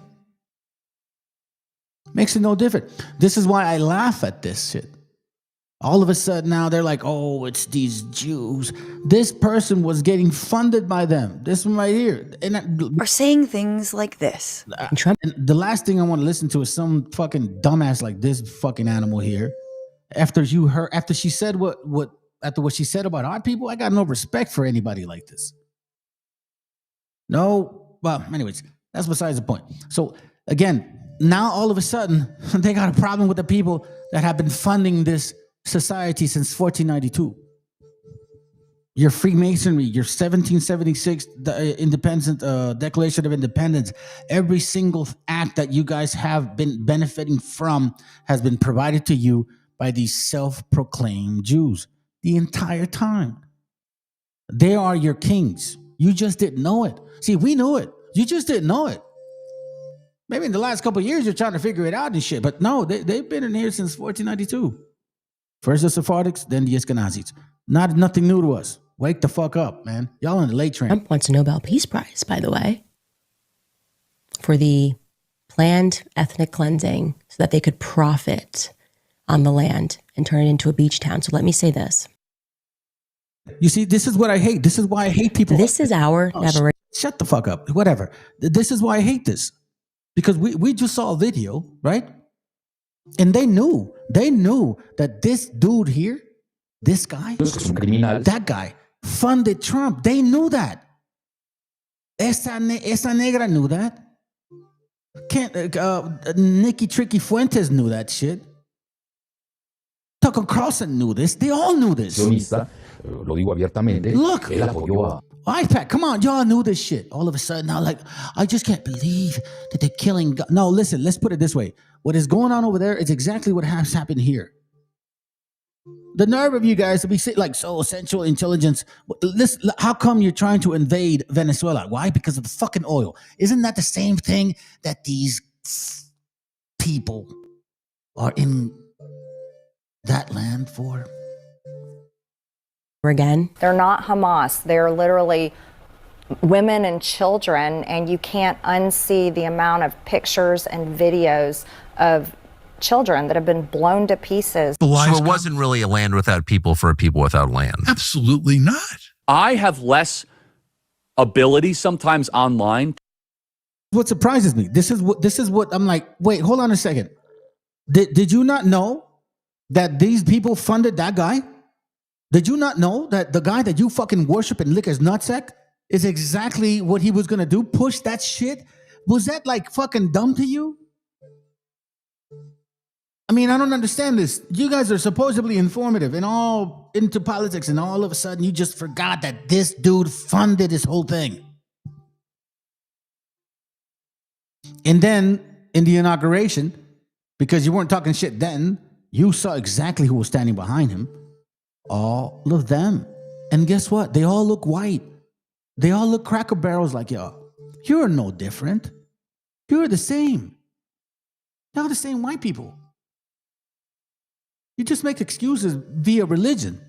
To criticize the Israeli government without backlash than actual Israelis do. And that's really, really weird. Israel. Really? Did you have you not noticed? So for a long time, like, check it out. Hold on. To me, it's just like amazing that all of a sudden now they're like realizing. And again, remember, when they say Jews, they're just saying white Jews. White Jews. White Anglo-Saxons. that believe in Judaism. Israel, whether it realizes it or not, has made itself the villain of the world. Brother, you got it. That was great. Hold on a second. You're right. Hold on. Let me see if I can find it. Hold on a second here. Let me see if I can find it. Let me play that video, bro, and I'm going to find that because you're right. In letting this thing go on so long. They have lost support amongst their dearest friends. And even the entire Democrat Party here in the United States has turned against them, and they're losing Republicans by the day. Now, I should have warned you at the start that this video will have a lot of worst person you know makes a great point moments. But take heed, ye anti-genocide progressives, and steer clear of the rocks upon which these grifty sirens dwell. For I can assure you that these people are all still the worst people, as evidenced by the fact that just before Megyn Kelly said that, she also... There it goes right here. There it goes right there. Right there. Trump recognized Jerusalem as Israeli capital. I mean, were they not aware of this shit? President Trump is set to announce the U.S. will recognize Jerusalem as Israel's capital and plans to move the U.S. embassy there. The president will meet with his cabinet ahead of the announcement. Jerusalem is considered a holy city by Jews, Muslims, and Christians, and the announcement is expected to set off a wave of potential violence in the region. You see that? You see this? This was 7 years ago. Good, excellent point, my brother. Good to have you here too, by the way.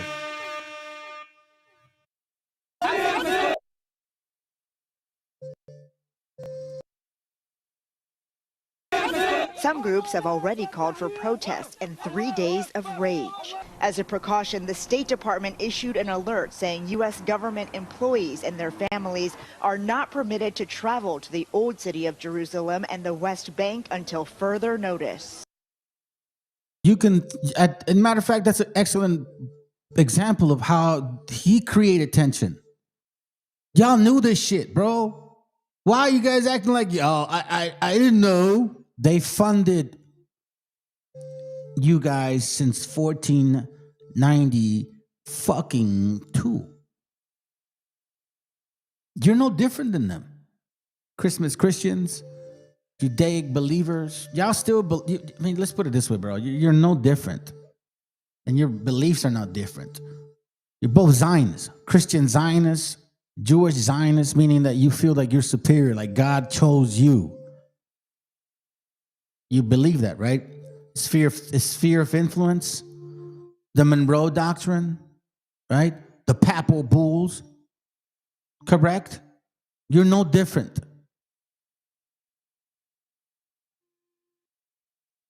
also said that Palestinians are faking their own starvation. They're fine having their own children starve, just as long as they can put them on camera and show them off to the world. Wow, that's a bold assertion coming from a woman who absolutely starves herself to put herself on camera. I don't know about all that, but as you can see, we don't lie in this channel, bro. This is why, to me, like, I'm not surprised by this shit. A breakdown. Now, I'm gonna show you something. This is why I dislike people like this dude, right? I'm gonna embarrass this fucking piece of shit right there, right now.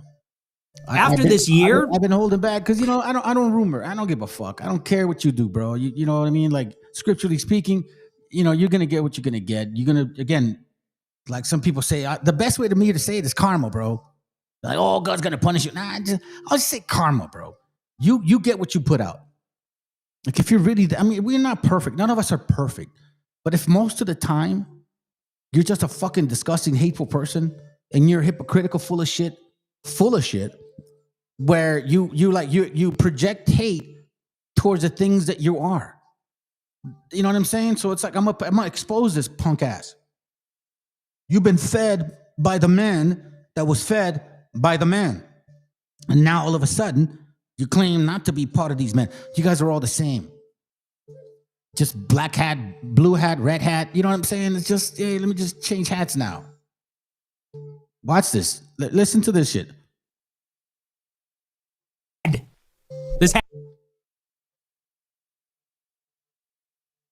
The hat is not. After this year, 2025 is the year that MAGA died. This is the year that this hat is no longer controversial. The hat is not edgy. The hat is not provocative. It doesn't even mean anything. This hat is dead.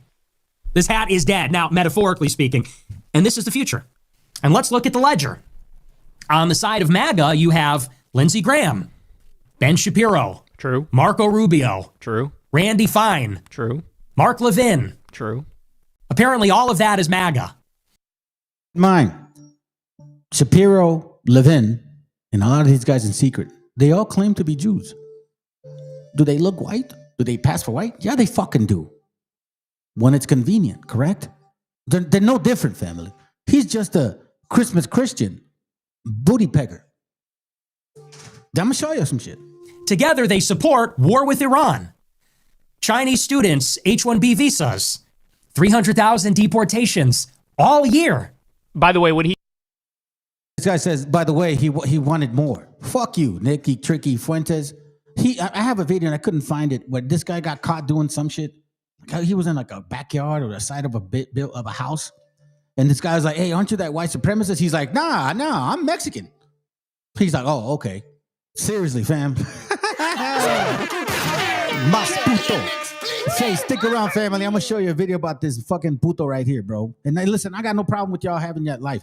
You know, it is what it is. Y'all give the karma, whatever. It doesn't matter. But what I hate is hypocrites. When you are projecting, you hate LGBTQ people, but you are a 100% gay lord fucker. And I mean that because of the movie. He's saying that's not enough. He's saying that's an abysmally low number. That's what he's implying there. And on the other side... by the way, you forgot somebody. You forgot somebody. The biggest one on that side is Trump. Trump is the biggest one on that side. All right, now let's hear the renegades from within the party. Apparently what is not MAGA, what is kicked out of MAGA, wacky, crazy, haters, Republican haters, Democrats, third worldists. You got Tucker Carlson, Marjorie Taylor Greene, Thomas Massey. Are they all the same? What? So check this, all right? Because I'm gonna get to my point. So now check this. This is what we're talking about, like masculinity, right? I never really talked much about this shit when that was going on and shit. Because I was like, bro, you guys are fucking stupid. You complain about women because they're not like, you know, promiscuous, because they're promiscuous, but you're promiscuous, expecting a woman not to be promiscuous. So it's like you're going through women that might not have to be promiscuous. You see what I mean? It's like you're swimming in your own shit, complaining about the shit that you're swimming in. Stupid pendejos, bro. Yay, the vaccines work. Gay. You keep scrolling and it's just, you sound like a potential... My bad. Watch this. See, this is my point. Homosexual. Watch this. This is what I'm saying, bro. These people project, man. I'm telling you, man. And you don't... Watch this. Watch it real quick. It's her, and they're not the same as you. All right, but let's keep going. Andrew Tate, Nick Fuentes, Alex Jones. What? Alex Jones is still dick riding Trump. Andrew Tate is still dick riding men in general. In fact, wait, I have to show you this. Hold on. Okay, so he mentioned Andrew Tate. This is what Andrew Tate tweeted the other day. Once you're rich and famous, you can have any girl on the planet. You can have any girl on the planet. You realize they're all scum and you don't want a single one. Literally every reply is just people calling him gay. So you're saying you like dudes? Cool. There's nothing wrong with coming out of the closet. Congratulations to you. Find a nice lady, settle down, and shut up. This is it was like this anti-gay meme. This guy is anti-gay, this dude who's being shown in this. I don't sleep with vaccinated women. Yay, the vaccines work. Gay. You keep scrolling and it's just, you sound like a potential homosexual. Funny pictures of him. I, of course, tweeted this. The picture of him. I mean, come on, man. Do you even need to say anything? Come on, dog. Come on. We know you are yearning for cock like nobody's business. Just gay as fuck. And check this out. This is now, I'm going to bring up some facts and, you know what I'm saying? Like, fuck you, man. You're a joke. You're a piece of shit joke. You're a typical pinche gringo claiming to be Mexican and shit when it's convenient for you. Now, I'm going to expose your ass right now. See, that's why the Most High exposes everybody. Like, I don't even know why I got these videos, family. I don't even know how I fucking ran into them. All I know is that I'm like, hey, I remember I saw that shit. Right? I remember I saw that. So watch this. Women's bodies. I'm going to tell them what they're allowed to do with them. It's my decision. We as males, we as men control their bodies. They have no say in the matter, and that comes to abortion as well as every other issue. Henceforth, men will be controlling what you eat, what you wear, whether you can have an abortion, what your hair looks like, when and whether you can cut your hair. We'll be controlling how much makeup you wear, what you do with your nails. We'll be controlling who you have sex with. We'll be controlling where you live and where you go, what time you go to bed. We're going to be controlling all of that. And this is subject to the law according to Project 2025. Oh, it's just about making for anyone on YouTube. It is for Nick Fuentes. I don't want to turn 30 and find some 20-year-old, 29-year-old woman that I have something in common with, and it's like, hey, properly aged, like wine. Women don't age like wine, they age like milk. They don't age like wine. That's not how their hormones work. That's not how they work. Yeah, I gotta find my 16-year-old wife. Probably when I turn 30 or something. Because here's the thing, I don't want to be like, let's say I get married to a 18-year-old now. 6-year age difference. When I turn 40, she's going to be 34. Ew. So now you see the pedo concept, right? So it's like, yo, so what the fuck did you just say? Like a 16-year-old, bro, when you're 30? Now, again, family, this is not, I don't give a fuck. I don't care what you do, bro. But what I hate is when you're a mas puto hypocrite, bro. Hold on a second. I'm going to say it right now. Here he goes. Fuck that puto. Fuck that puto. I don't believe in dinosaurs. I was doing some research and watching like some, and then I just got sucked in, and then I was watching videos about the end times and about Noah's Ark, and then I was watching a video about Star Wars. So you've looked at the data. What do you think about the dinosaurs now then? So I guess so they're real, but they lived with people. That was the takeaway. Okay. Yeah, because I did my research. Hey, pay attention to how he like looks at him, dude. Like, you know what I'm saying? Fuck that puto. Fuck that Look, this guy has like a fucking, like, you know, like little, like, dude, this is not normal, bro. This is not a normal dude, right? You know what I'm saying? Like, if you got a friend and shit, like, hey, what's up, brother? I don't, like, you be like, hey, what the fuck are you wearing that shit for, bro? What's wrong with you? Right? First of all, now look at the twinkle in his eye, bro. This is the guy that hates gay people, brother. It's fucking ridiculous. I said on the show in a very tongue-in-cheek way, I'm like, yeah, I find it hard to believe that dinosaurs are real. And all these fucking people get on my case. They're like, oh, well, you don't believe in dinosaurs. Oh, he doesn't even, oh, wait, you don't believe in dinosaurs? And it's so funny to me because that's exactly. By the way, they're going on a date. No, I'm serious. They're going on a date. I'm not joking, bro. Oh, that's gonna hurt.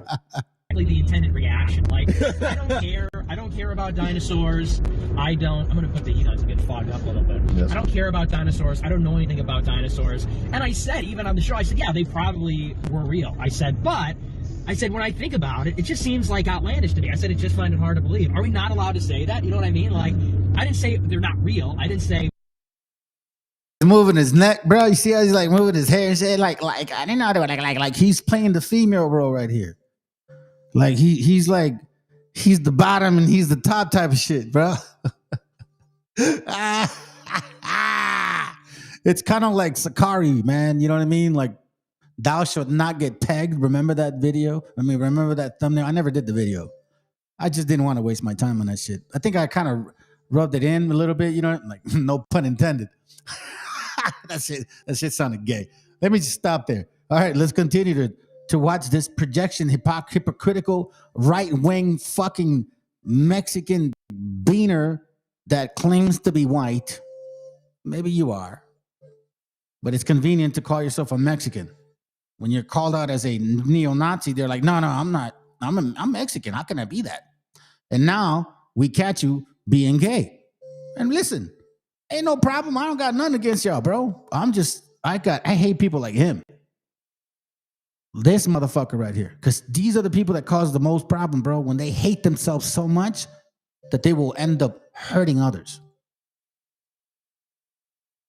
Yes. I don't care about dinosaurs. I don't know anything about dinosaurs. And I said, even on the show, I said, yeah, they probably were real. I said, when I think about it, it just seems like outlandish to me. I said, I just find it hard to believe. Are we not allowed to say Nicky, Dicky, Tricky, plug Fuentes, bro. that? You know what I mean? Like, I didn't say they're not real. I didn't say, well, my opinion is they're not real. I said, well, it seems kind of like crazy when you think about it.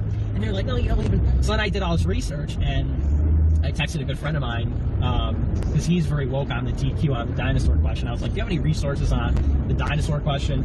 In the Bible, it talks about dinosaurs. They talk about, in the book of Job, they talk about behemoth, which is a sauropod. They broke down all the different descriptions of the behemoth, and it was a sauropod, and they showed how they uncovered a lot of dinosaur bones, and in the dinosaur bones they found like red blood cells, which organic material like that couldn't survive 65 million years, which is what they said was how long ago the dinosaurs died. Okay. Also, the fossil stuff. Talking about the stuff that I had mentioned regarding debunking how natives say they've been here millions of years. Nikki Plug Dicky Fuentes. Nikki Plug Dicky Fuentes is just basically talking about that in this wonderful date here with the British rabbit. I don't even know what the fuck you call this shit. You can see he's got pink shit. He's got like they're like ears. You know what I'm saying? You know what I mean, bro? Like this is the day, and then we're not done. The next video is gonna be worse, and then you know what I mean. Was consistent with drowning in perhaps a great biblical flood as opposed to a meteor. So that was my red pill on the DQ today. I see. So I now believe in them, but I think they lived with people and they were created by God. Right. They died in the flood. When it comes to shit like dinosaurs, I think. Singing and shit. Yeah, he's clearly taller. Well, Nick's 7 foot. You're walking on the curb right now. You're walking on the curb. So, me and Nick were hanging out last night. We come home, and there's been a shooting outside my house. Did you establish there was a shooting? What else could it have been? There were so many cop cars. I think you're... Well, it was either a shooting or like a car crash. Listen, man, I'm very good at noticing body language. Look how he fucking twists his neck like a chick. So, look, watch this real quick. Look, first of all, he's looking at the camera. I'm like, fucking Joto. Right, look. Look at this. You fucking, all you right wingers, you groypers, bro. Listen, bring that fucking dirt. I hope you really do what you say you're gonna do, because there's a lot of us that are not like, I don't want to say it. We're not violent. We're not like you guys, where you know, like we go out there and say and do a lot of shit. Like when you really push the fucking limits, then you're gonna find out that we are beyond what you think we are. So I laugh at you guys. You guys, all of you guys are like this. You guys are little tenders and shit. Y'all little tenders right here, bro. Projecting, trying to sound all boastful and strong. And we see right through you. Look at this shit, bro. Here, let's look at Nicky Dicky Tricky. Let's watch this. Look.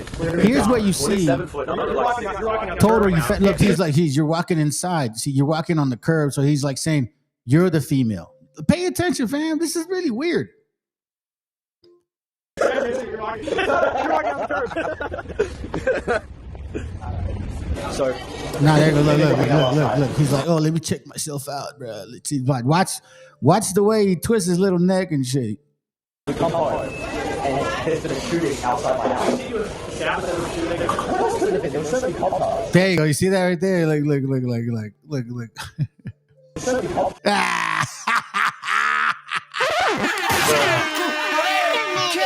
Oh, this is so fucking. Hey, listen, man. Look, fam. If this was the way he was, I wouldn't be talking shit about him. But he fucking hates people that actually experience this kind of life, and like I have a family member that actually went through this, like that. You know, they live that life, right? And I saw them growing up, and I know like how hard it was for them to hide it and then to come out with it. You know what I'm saying? It's like there's one thing, but he didn't go around hating people like this, like this. This is like the worst, bro. Which you're a fucking hypocrite, and you spit so much hate, but in secret you go home and like, I don't know, what is that word? Like imagine a waterbed, and he just like lands on it, bro, when nobody's watching. Well, it was either a shooting or like a car crash. I don't know what it was, but you jumping to conclusions. I don't know. Did you ever get to the bottom? Did you ask around? No, I went inside and I locked the door. Yeah, that was probably smart. Yeah, I couldn't figure it out. I tried to sort of like drive around. Like, there was a big police presence. But. There was. Listen, man, I'm not, you know what I mean? I'm not criticizing the dude and shit, but it's like, yo, he's a little fair. Like, I can get this out of it. Like, he's totally himself right here, bro. He is totally himself. When you listen to him on camera, like the way he's saying, look, like, I'll bring you back to the reality here. This is supposedly who he is, right? Here, let me go back to the history. Boom. Hold on. Let me just kind of, there might be some history about my work. I don't give a shit if you guys see it. I just, you know what I mean? I'm just a private dude. Just the way I am. Where you at? Is it this one? Is it this one? Let's see. Where you at? On this task way. Just had it here right now, huh? Oh, that's right. It's over here. Pendejo. Oh, no, here it goes right here. Look. Like this right here. Controlling women's bodies. I'm going to tell them what they're allowed to do with them. You see what he says? You see, this is what I'm saying. Remember, we're seeing a different picture of him, right? We're different. We're seeing a different light of him, like in a very fairy moment. You know what I'm saying? In a very fairy moment, he is one way, and towards women, this is what he says to them. And look, I'm married. I've been married, almost 29 years. Gosh darn. And I got 2 daughters. And don't get me wrong, man. Like, you know, women are beautiful. Obviously, I don't cheat and shit, but women are beautiful, bro. Like, it's not even like complicated. Like, there's no explanation or nothing. It's just weird to me that he's so aggressive towards women, bro. And towards dude is like, oh, we're friends. We can shower together. For real. Controlling women's bodies. I'm going to tell them what they're allowed to do with them. It's my decision.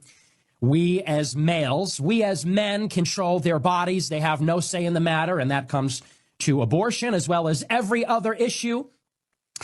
Henceforth, men will be controlling what you eat, what you wear, whether you can have an abortion, what your hair looks like, when and whether you can cut your hair. We'll be controlling how much makeup you wear, what you do with your nails.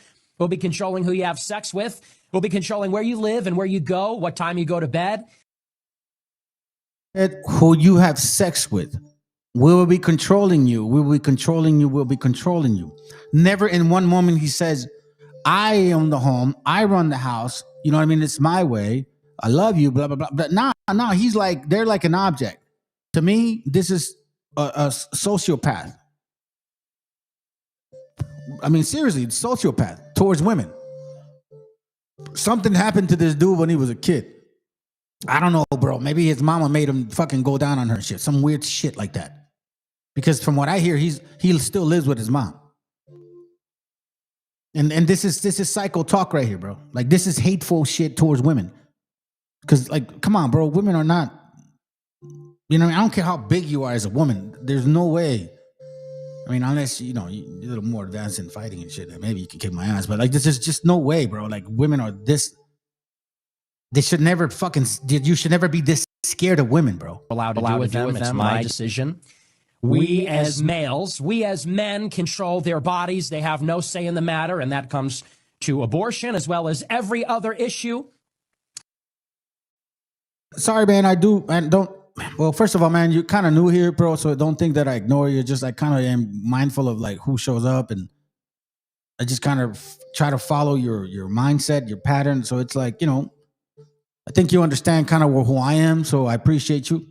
A hardened heart full of darkness, hatred is envy. Once they have enough hatred, they act on it from their anger. Yeah, right. Like it's like he has an empty soul.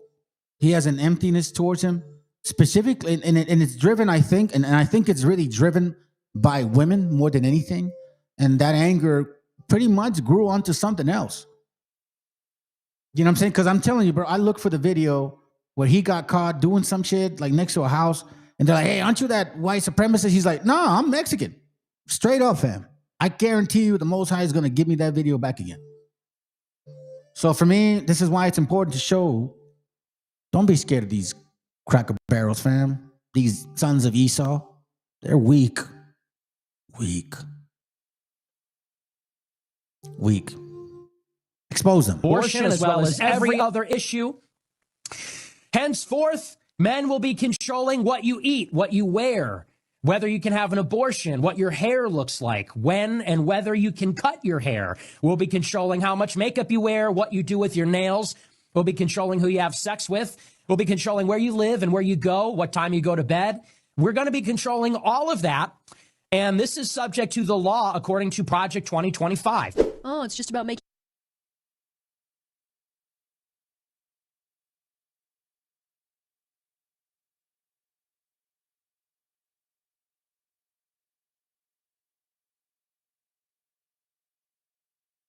I don't know what you're.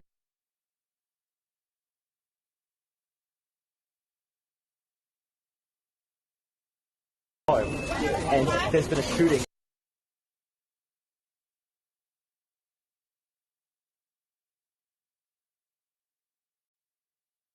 Yeah, he's clearly taller. Hold on a second. So now let's go back to this. Now remember the spirit that he was working with towards women. Now let's see how hard or hardened he is towards boys.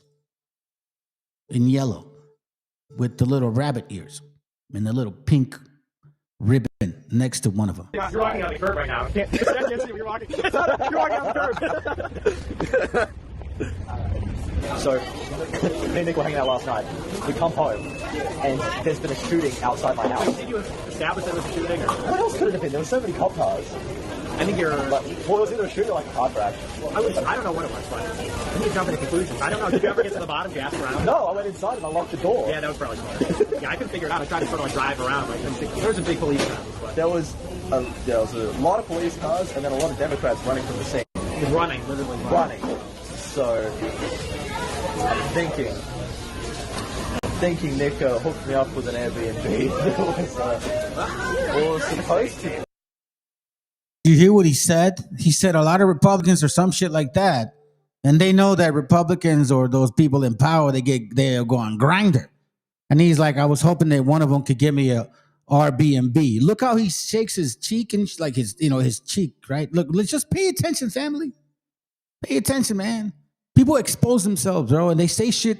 Listen, out of the abundance of the heart, the mouth speaks. Meaning, like, it's the little things that you say that people can read your mind, right? Or they can tell where you're at. You see, I'm just one of those people, bro. I pay attention to what people say. And if you've been watching my channel and people show up randomly or they want to debate me, you guys already know, man. I catch them before they even show up.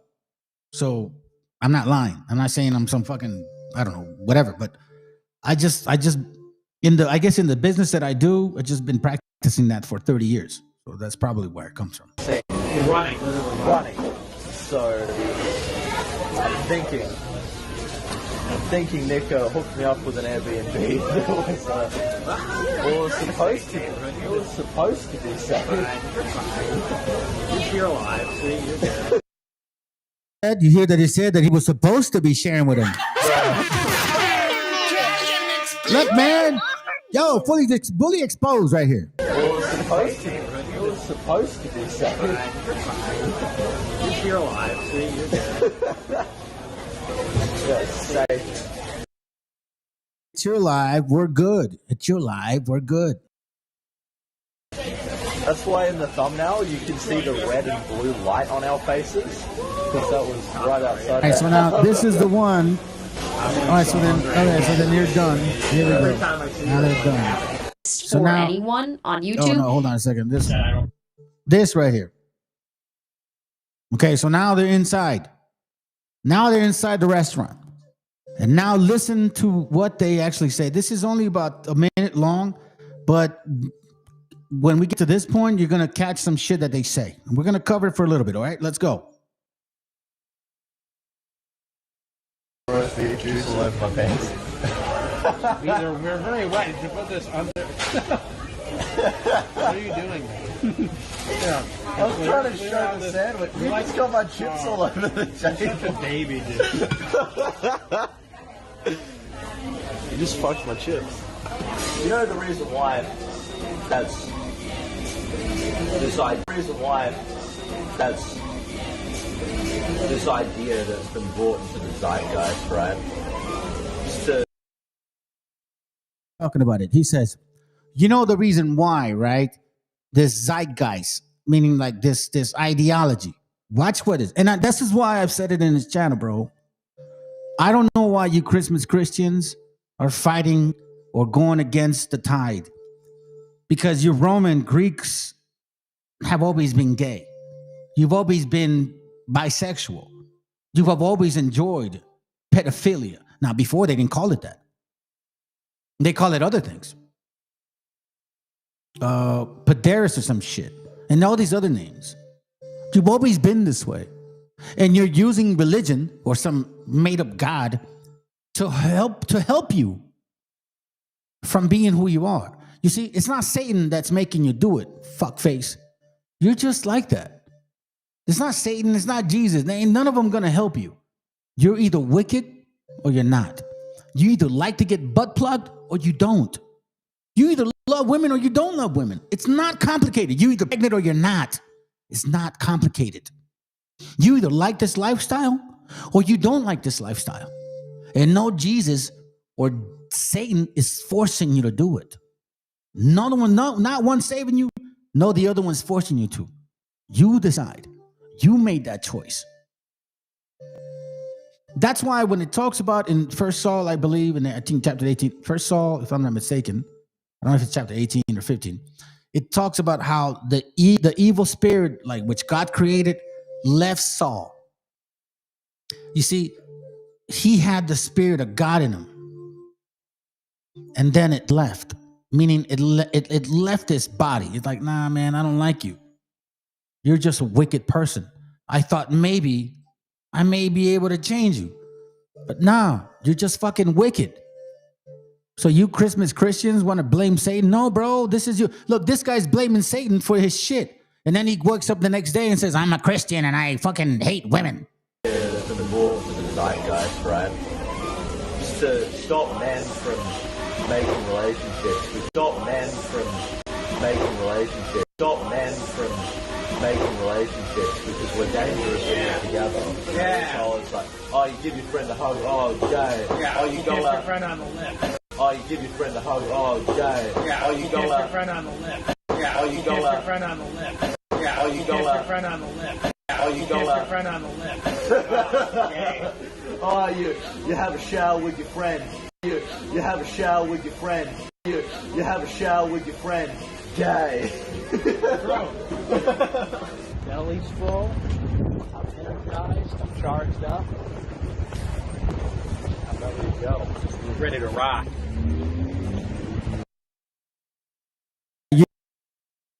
You're ready to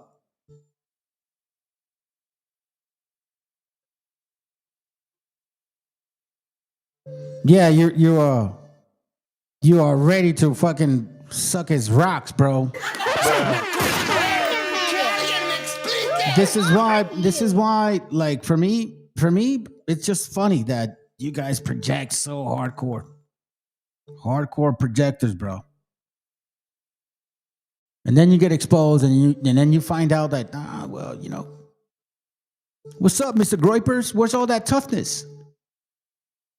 Y'all say you're straight man, you love women, you just want righteousness to dwell upon you. Nah, bruh, y'all just a fucking confused bunch of haters that the Most High is about to destroy.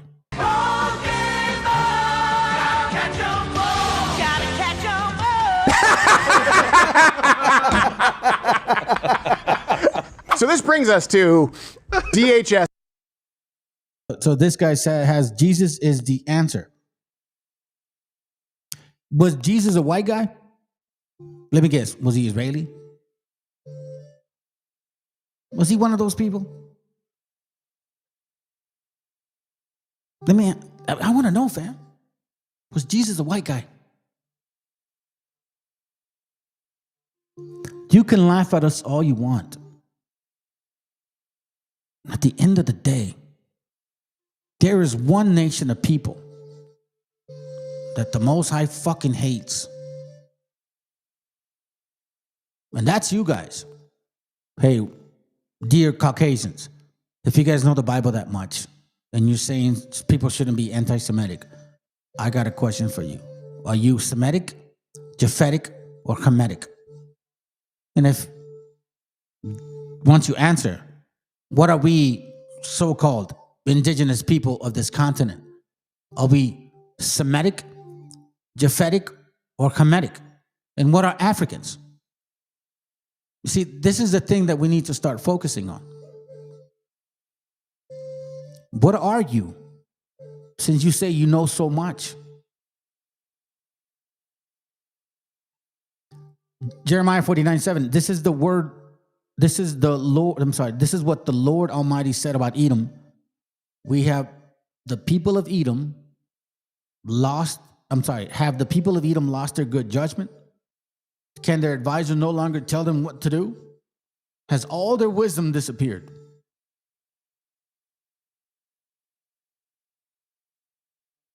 Verse 10, but I have stripped Esau's descendants completely and uncovered their hiding places so that they can no longer hide. All the people of Edom, Esau, the sons of Esau, you KAUKASIODS, are destroyed. None of them is left. That's what the Bible says, unless you prove otherwise, because based on what I'm noticing is like, it's very clear now that you're afraid to expose yourself because you know who you are. You just don't want to say it. If you know the Bible that much, well, then tell us who you are. And tell us who we are. Contar unos ciudadanos americanos, la potencia mundial y autodenominados como los seres humanos más inteligentes de la Tierra, ellos que tienen todas las respuestas a todos los problemas, vamos a ver cómo esta gente batalla de manera cómica para encontrar países en un mapa. Algo que mi hijo de 6 años haría muy bien. Aquí vemos un señor de 50, políticamente activo, que se la vive en Twitter troleando y dando opiniones sobre política pública y guerra nuclear, batalla para encontrar su propia casa en un mapa. Vamos a verlo. Mira qué hermoso esto. ¿Me puedes decir un país en este mapa? O sea, ni siquiera le está pidiendo un país en específico. Le está diciendo, ¿me puedes decir un país en este mapa? Quiero pensar que es como la segunda o tercera pregunta. Nadie empezaría con esa condescendencia con una persona diciendo directamente, güey, ¿me puedes decir un país en el mapa, por el amor de Dios? ¿África? El güey apunta directamente a Australia y con mucha valentía y mucha seguridad y una cara estoica dice, esto es África, ¿verdad? No. Y luego le pica China y dice, aquí es Rusia. No. Y luego ya lo ves que está completamente perdido y básicamente va a hacer lo que hacen todos los americanos, usar una escopeta. En este caso va a usar la estrategia de la escopeta para dispararle al mapa las ideas más estúpidas que tiene en su cabeza y a ver si le pega algo, ¿no? Para no hacer el ridículo en televisión. Porque él había soñado con salir en televisión desde que tenía 10 años de edad y veía programas como Jeopardy y esas cosas. Él soñaba que sus 5 minutos de fama iban a ser esplendorosos y su mamá iba a estar muy orgullosa de él y su papá al fin le iba a dirigir la palabra. Pues no, amigo. No sabes ni siquiera identificar un país en un mapa, güey. Nope, that's China. Anything over here? All right, so basically ¿Algo? Where's Europe? Hermoso.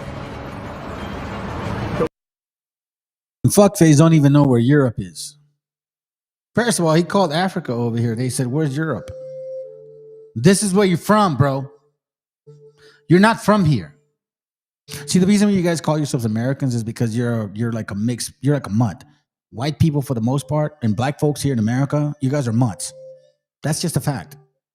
Both of you are fucking mutts, okay? That's why you guys want to hold on to the American fucking concept. The white man is, what is he? Irish, German, French, Dutch, fucking crutch. God knows what else. His sister, brothers, uncles, nephews, dogs, cousin. You're mutts. That's why you hold on to the America. no. Ok, ya, perfecto. El tipo se quedó catatónico, se dio cuenta que realmente no sabía absolutamente nada de lo que estaba pasando y ahora le están preguntando a otro señor que se ve que le pegó bastante el sol. Vamos a ver qué dice este señor. ¿Puedes encontrar... ¿Me dices un país en este mapa? Africa. That's a continent. ¿De que me dices un país en este mapa? África. África es un continente, amigo. Bien. Punto para Estados Unidos. Punto en miseria, ignorancia, corrupción, guerras innecesarias, personas adictas a los opioides. Punto para Estados Unidos. Oh. Okay. Can you name a country on this map? A ver, Karen, dinos un país en este mapa. Y sí, se llama Karen, ¿eh? Ni siquiera estoy bromeando. Se llama Karen. Ni siquiera tengo que saberlo. Sabemos que se llama Karen. Mexico. ¿Dónde está México? Inmediatamente es de que, güey, México. México, ¿por qué? Ok, porque odia a los mexicanos, definitivamente. Pero amiga, México es frontera con Estados Unidos. O sea, quiere decir que esta tipa ni siquiera sabe dónde está Estados Unidos en el mapa, güey. Puso a México. That right there. So this fucking dumb cracker bear bitch, sorry. En India. You know what I'm saying? You call me illegal, I'm gonna be a racist too. Because illegal is no different. Pero amiga, México. You calling me, and I hate to say it, but when you say illegal to our people, you're basically saying to a black person, nigger. That's what it is.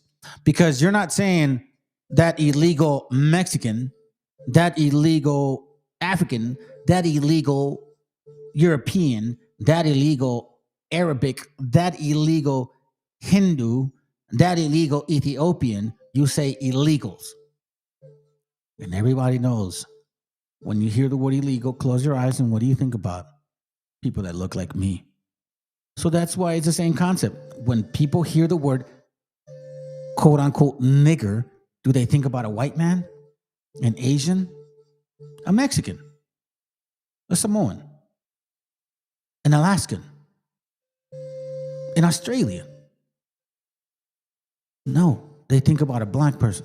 Because that's the connotation that has been attached to that word. Unfortunately, those are the facts. And that's why when you use that type of talk, it's exactly what it fucking means. So fuck you too. Es frontera con Estados Unidos. O sea, quiere decir que esta tipa ni siquiera sabe dónde está Estados Unidos en el mapa, güey. Puso a México en India. Puso a México en India. Lo único que tiene parecido México e India en este sentido es el gusto por la comida picante. Fuera de eso, se me hace que, o sea, están del otro lado del mundo, literal, güey. Nope, that's India. What's this? That would be Asia. No, that's Africa.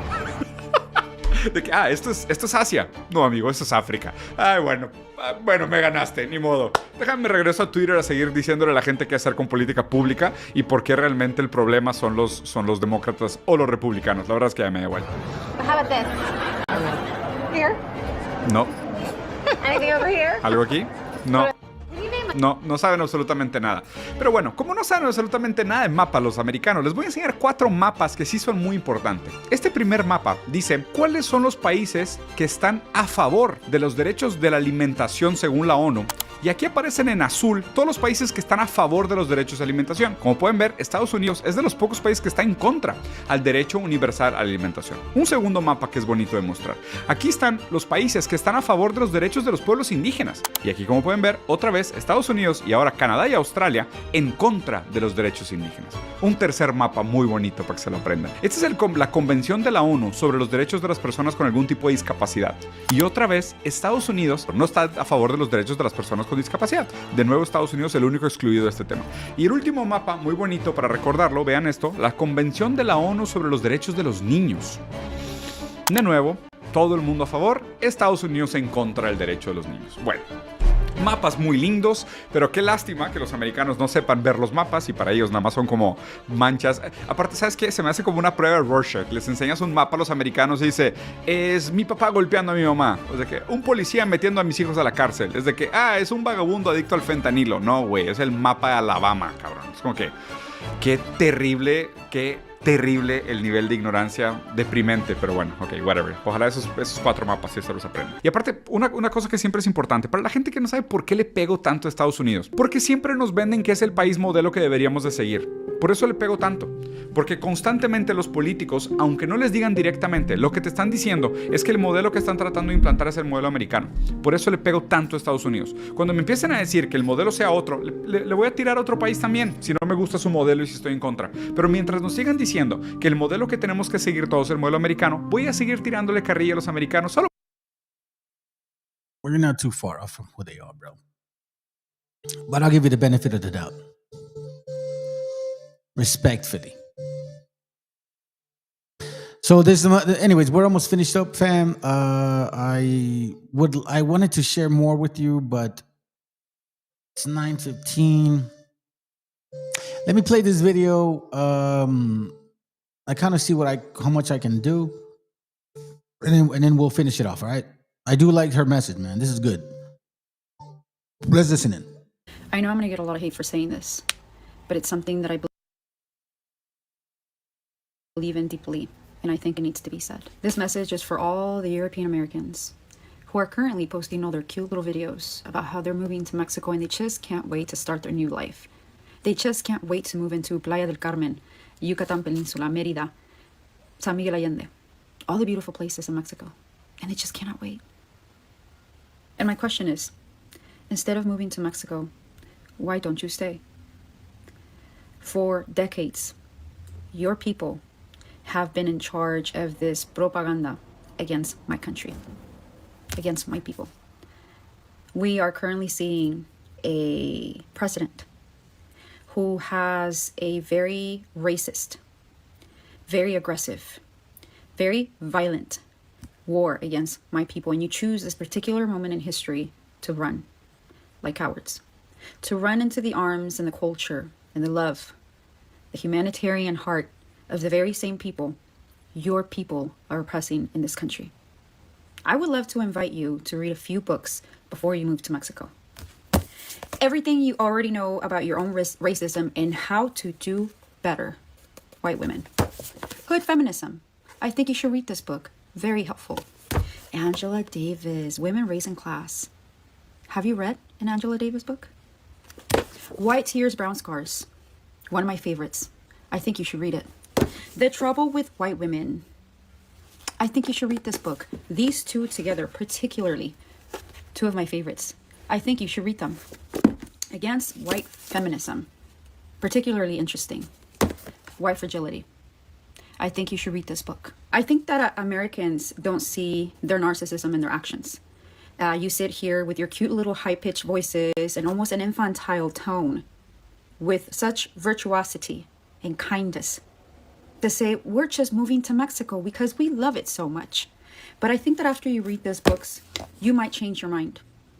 And you might realize that what seems to you as an escape is the continued oppression of my people, the continued displacement of my people, a continued invasion of my country. Because when Mexicans come to this country, we have to do it the right way, or else we are destined to live a life here being slaves to a system of oppression that exists to benefit you. We are the people who clean your houses. We are the people who work out in the farms. The last people that you think about when you vote. We are the last people on your mind.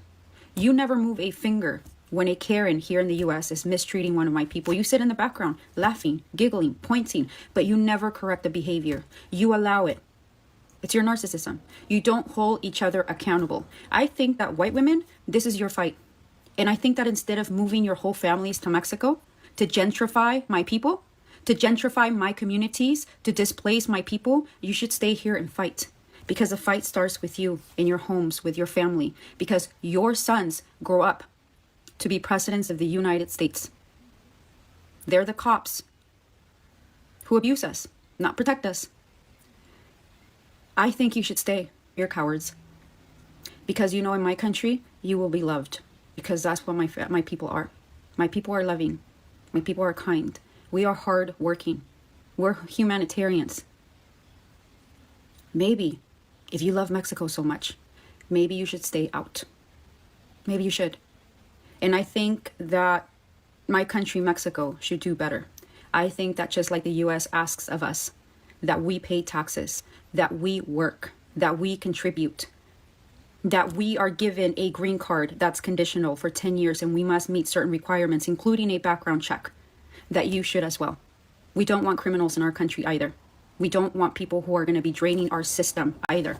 We want people who are going to contribute, not people who are going to go over there and work online and make dollars and displace more Mexican people. We don't need people who are going to take their retirement money and buy a house in Mexico and then never contribute, never pay anything into Mexico. Do you know what that does to our healthcare system? You know, it's just people responding, man. They're fucking mad at y'all, man. Y'all suck. You guys suck, dude. You guys fucking suck. Now, I thought about stopping, but you know what? I can't, bro. I got to share this part. So now that we went through all of that, and that's why I bring up the scriptures, here's why I can say what I can say. This is the only channel that uses Bible, history, and DNA to prove who I am. Okay? So I believe I'm a Hebrew according to the Bible. And according to the Bible, the Hebrews were scattered, specifically the 10 tribes. There was a time where they left. The land never came back. And somehow they got scattered. Here we see my DNA. Okay. So I share this with y'all because it's not my DNA only. It's our DNA. You know why I say that? Because my family did not come alone. We didn't just fucking come up here on some boat on our own and shit. No. And we didn't show up in 1492. Not at all. I'm going to show you. So let's go to recent analysis. Recent means that, like, as currently as it can be, I'm considered Mexican. 91%. Right? But somehow it still puts me like in Panama, Belize, Caribbean islands, right? It's still kind of putting me like in Central. Okay?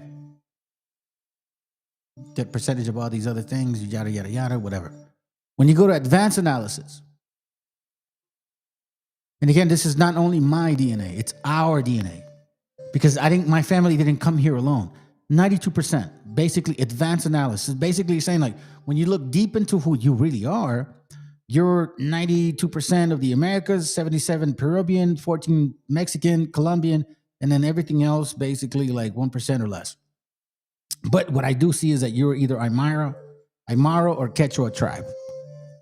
And see, that stood out to me. Because I remember reading some books, and some of these books say this stuff right here, like stuff like this.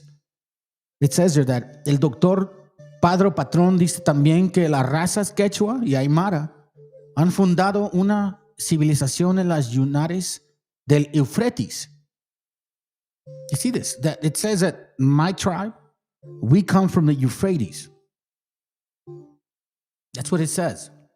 It also says it here. En el inmenso campo de idiomas indígenas sudamericanos, la ciencia lingüística ha progresado muy poco hasta el día de hoy. Y luego dice también, para seguir adelante, por favor. Y el parentesco entre algún idioma indígena con uno o varios idiomas de algún antiguo mundo. Y la consecuencia es que nos encontramos ante un mare magnum de teorías y conjeturas que carecen de valor científico. Dice aquí, para seguir adelante.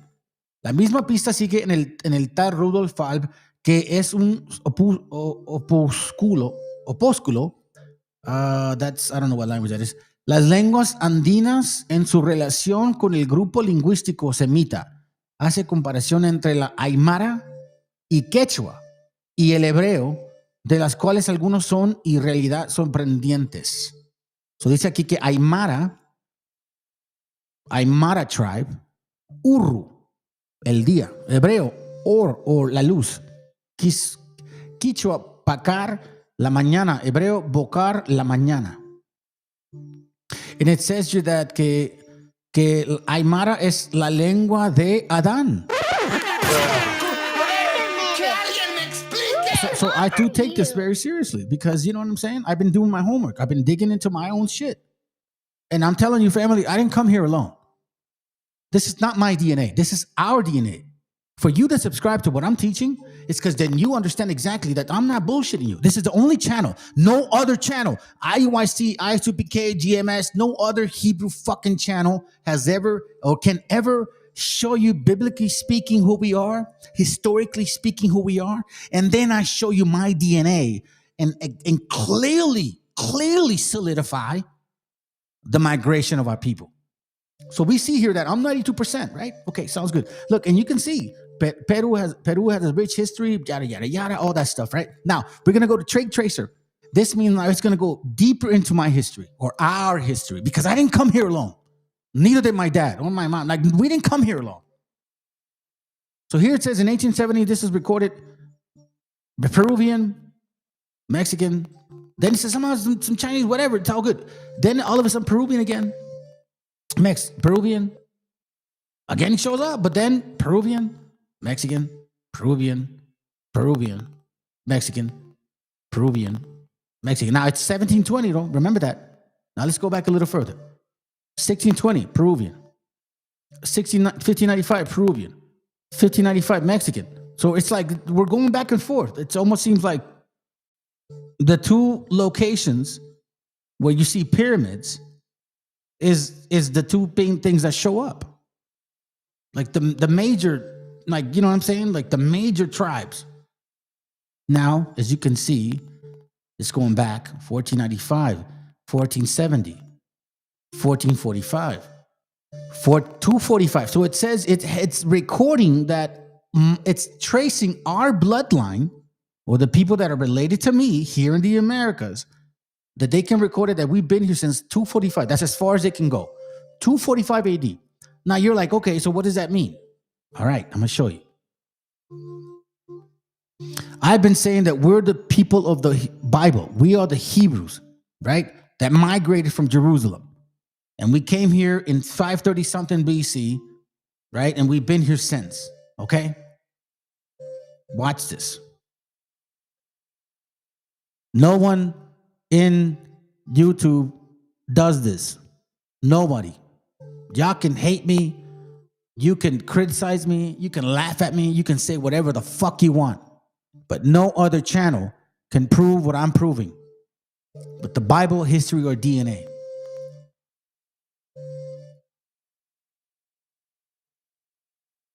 Abraham, Isaac, and Jacob migrated this way, fam. This was Abraham, Isaac, and Jacob's migration. It wasn't straight across. It was up and then down. It was up and then down.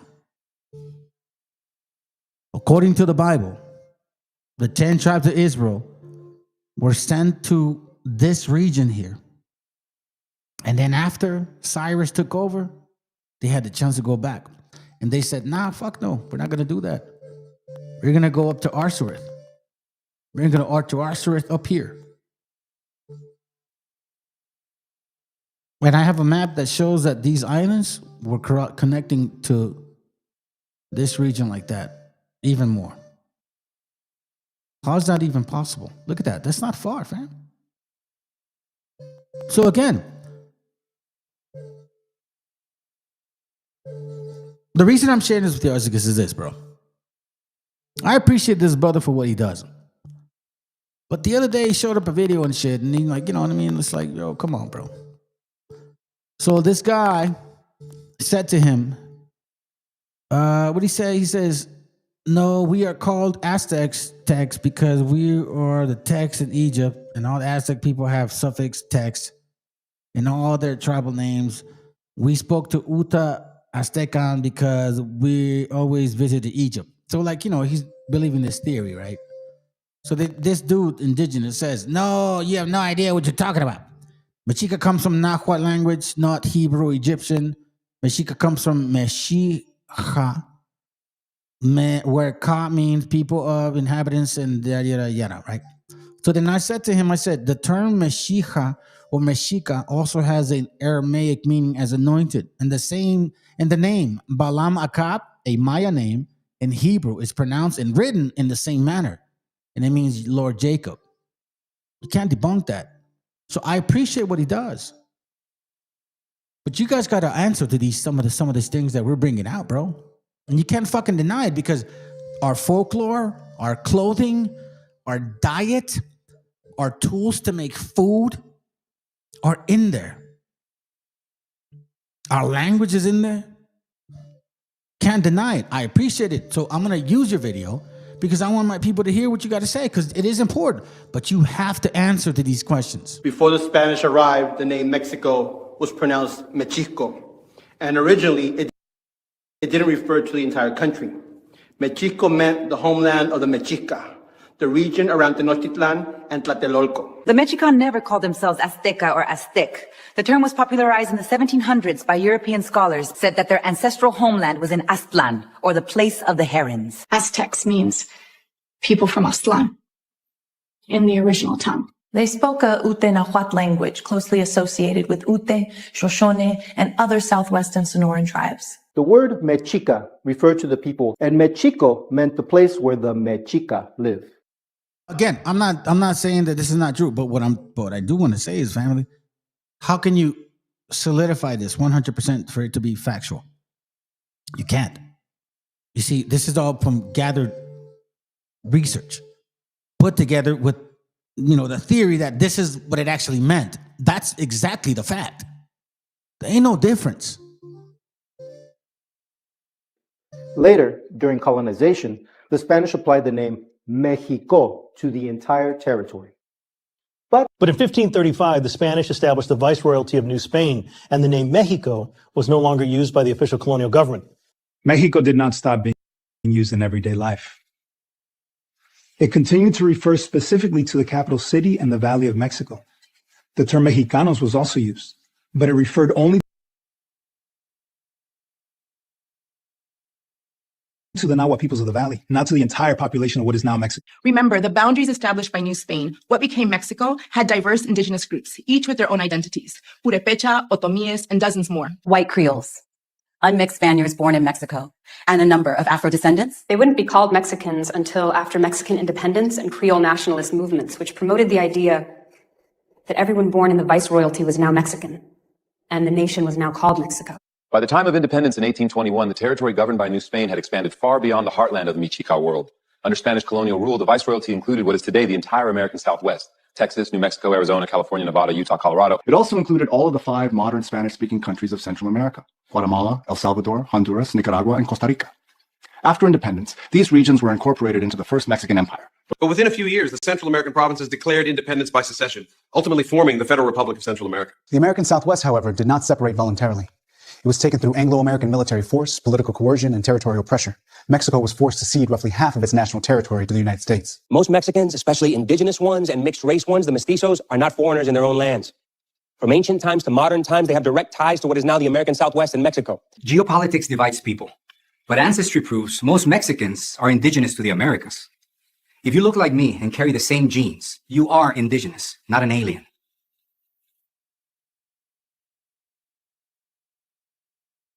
I don't necessarily have a problem with this brother, man, but you don't want to know something? You can't come around going to some shit like, we ain't Hebrews, if you can't prove it.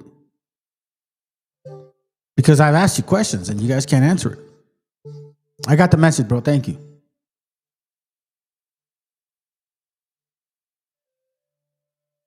So let me share this video with y'all, and then I was gonna kind of finish, but now I gotta finish this part. So you really want to know who built these y'all gonna have to deal with me a little bit longer.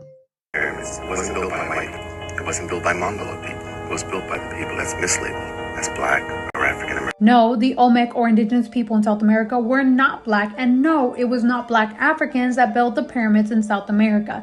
This is Afrocentrism based on racism, and it's becoming a trend in America where extreme Afrocentrists are trying to steal the cultures, are trying to change history, are trying to eradicate ancient civilizations to try and make themselves feel better. And if you say anything about it, you're racist. These beautiful pyramids in Mexico, they were built by ancient civilizations like the Aztec and the Mayans, which are a huge part of Mexico or Latino culture. The pyramids in South America were also built by ancient civilizations. The myth and rumor that the Olmec were black came from ignorant people who don't understand that certain features do not belong to a single race. So the Olmec statues had fuller lips, they had bigger noses, and because of that, people are claiming that they are African. The paper that originally stated that the Olmec were black was retracted because there was no actual evidence of Olmec being black. The fact that people are continuously pushing this theory despite there being absolutely no physical evidence to support this statement and attempting to wipe out the history of ancient civilizations that are important to other people's cultures, all while acting like a victim, is extremely hypocritical. So now let me show you some stuff. Yep, I know. Amazing. Thank you, sis. Watch this. He said that the word MESHIACHA means something else. You can Google it. It's not complicated. In Aramaic, the term Meshiach or MESHIACHA in term signifies an anointed, one who brings salvation or delivers a nation. Meshiach.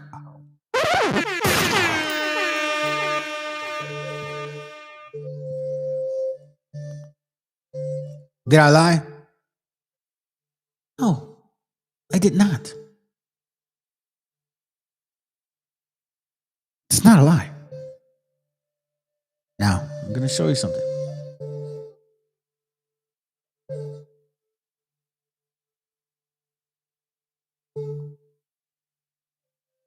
Watch this.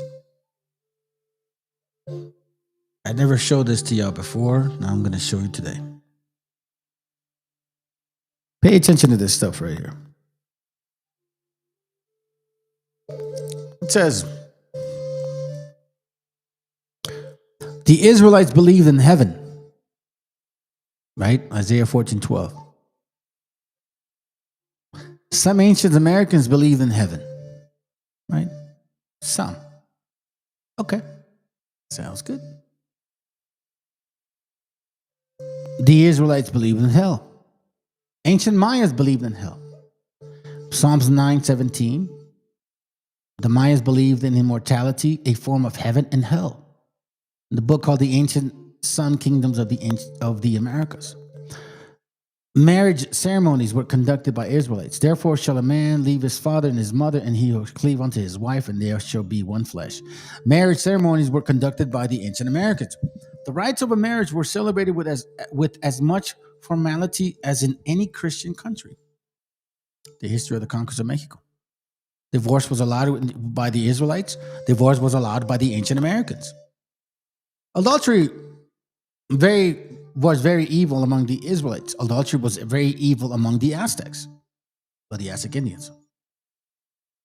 The laws of the Aztecs were registered, exhibited to the people in their hieroglyphical paintings. Adulterers, as among the Jews, were stoned to death. Woo.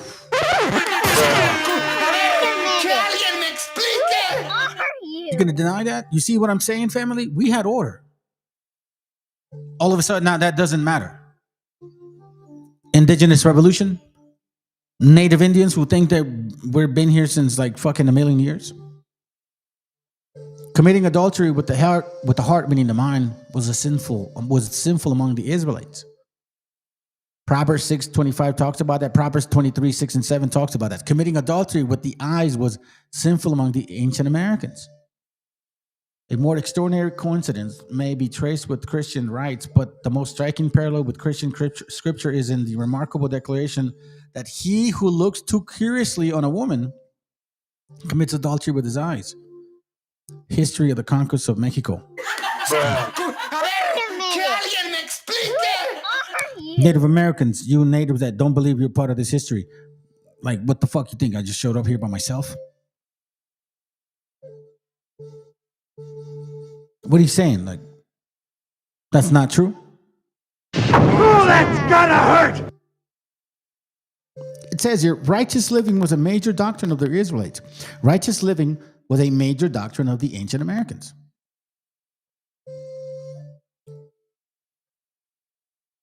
Israelites confessed their sins to their leaders. Ancient Americans confessed their sins to the leaders.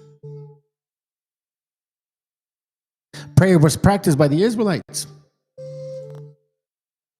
Prayer was practiced by the Mayans. And you want to know why this is significant? Because not all nations in the world did this, fam. This is the thing you have to understand. Fasting, the absence of food and drinks from spiritual support, was practiced by the Israelites. Fasting, the absence of food and drink for spiritual support, was practiced by the ancient Americans. Not every single nation did this. Only these two did this. Only these two nations did this. Look, listen, man. Somebody were the Israelites, family. And I think it was you guys. Whether you believe it or not, that's up to you, bro. Like the video that the brother sent to me. Thank you, by the way, bro. Thank you for giving this to me, man. I appreciate you. Very good message. Very good message. Sometimes I do say some really good shit. Sometimes I just I just talk a lot of shit. But I do appreciate this. You should listen to this. You got people here trying to steal your shit, and you don't even know it's yours. It's like you don't even know you don't even know you're sitting on $1 million, so to speak, and somebody's going behind your back trying to take that ticket. Like, just imagine you as a kid, and other kids, hey, what's up, man? And you're kind of sitting up a little bit. You're not leaning back, but you have your little envelope full with your little $1 million ticket, and some kid that's trying to be so-called your friend, he's reaching behind you, trying to take that envelope, bro. That's exactly what that is. And what I'm trying to do is show you guys, like, yo, bro, you gotta open up that envelope, okay? Just open it up. And if you don't like it, fine. Maybe it ain't for you. But I think that if you take your time and pay attention and read these things that we provide for you without being so insecure, I think you just might be able to help us here to get rid of that malinche shit that we're all suffering. A lot of you guys are suffering that malinche shit. You guys want to be enslaved. But I don't understand that.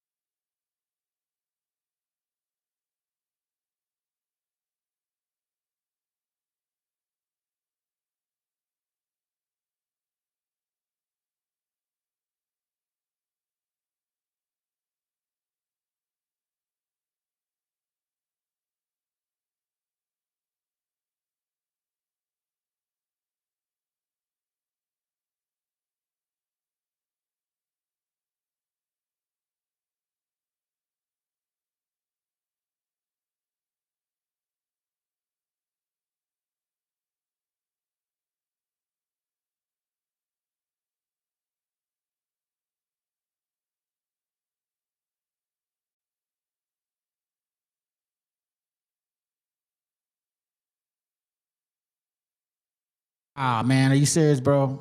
I've been quiet the whole time. Fucking shit. But it like just mute me out of nowhere, bro. I don't even know how long I've been fucking reading like this without it. How come nobody said nobody? Nobody said shit, bro. You guys fucking suck. I don't even know how much I was reading, and I didn't even realize that I was on mute. Well, I'm really basically showing you the similarities between Israelites and natives. Israelites and natives.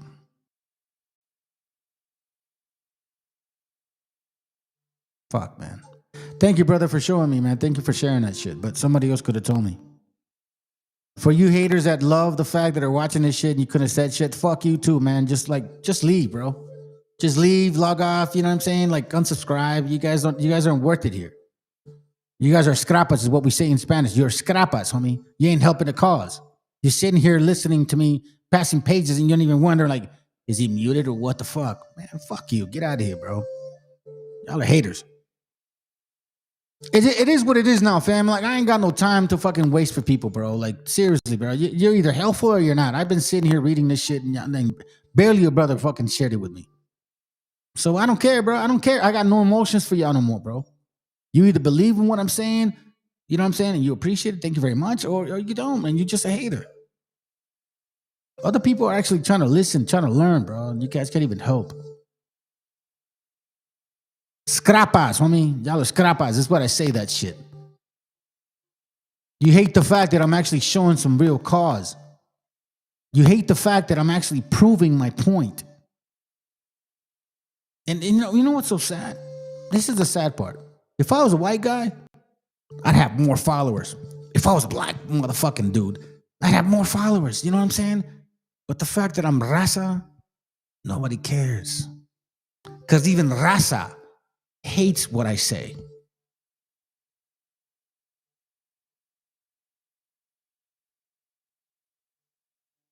Here's the book about Van Wooten, is what I was talking about. These are the people, these are wobbles trying to steal your heritage. You don't care, though. No, you don't care. Like, it don't matter to you. You see these features?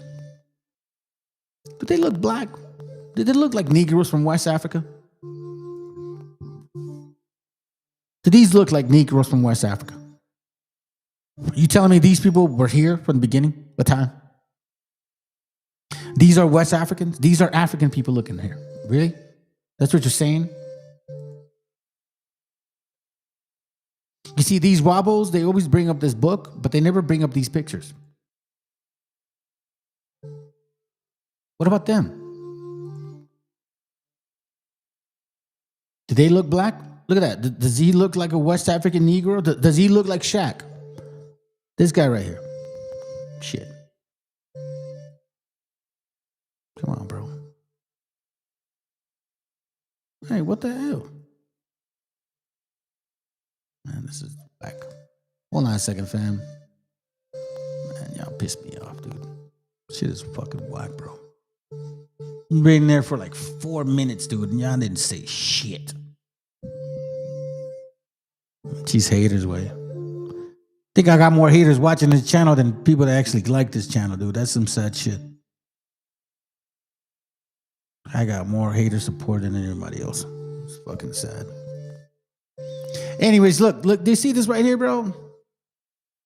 I shared this with you guys the other day. And who is this happening to?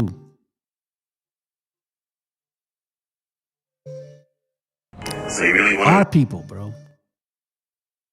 Putting more regular. Our gente.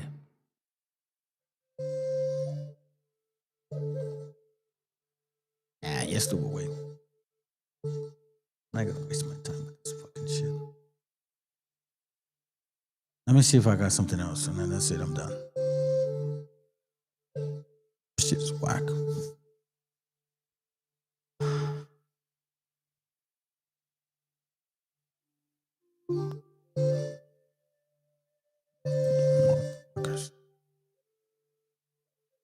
Shit.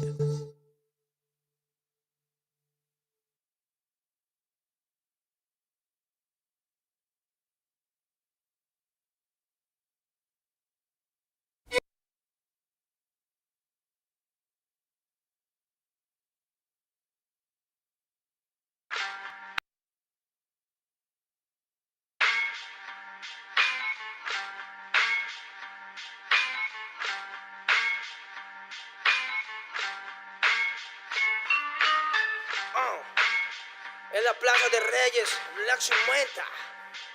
Soplón. Yeah. ¿Qué vas a saber? ¿Qué vas a saber tú? Oye, chibolito, faltomé. Pulpín de los pulpines, batería de Rapunzel, de rapeos, de raptos, de lagartos en cuartel. Cualquier la pega de cruel con un viejo coronel. Soy flojo, se me antojó dormirme en el laurel. Elevé mi level con un label y un Faber-Castell. Ya un papel, lo empape con sangre de todo aquel que se jura Nobel y no ve mis trenes en la riel. What's so man? ¿Por qué no sacan la tabua? Juro por mis abuelos que no te hablo por las powers. Soy chinchado neto, búscame por pico sour y te voy a meter al centro loco como Beckenbauer. Escúchame atento mi pro, que estamos rompiéndole en pro. El negro de Plaza de Reyes como siempre rompe de este micrófono. Que quiere meterle como yo pero no puede meterle taco pro. Si te pensaba que solo era un gallo, déjeme decirle que se equivocó. Real motherfucker feeling on the street. Es el Black Sheep, Black Sea Metal de Plaza de Kings. Motherfucker, soplón.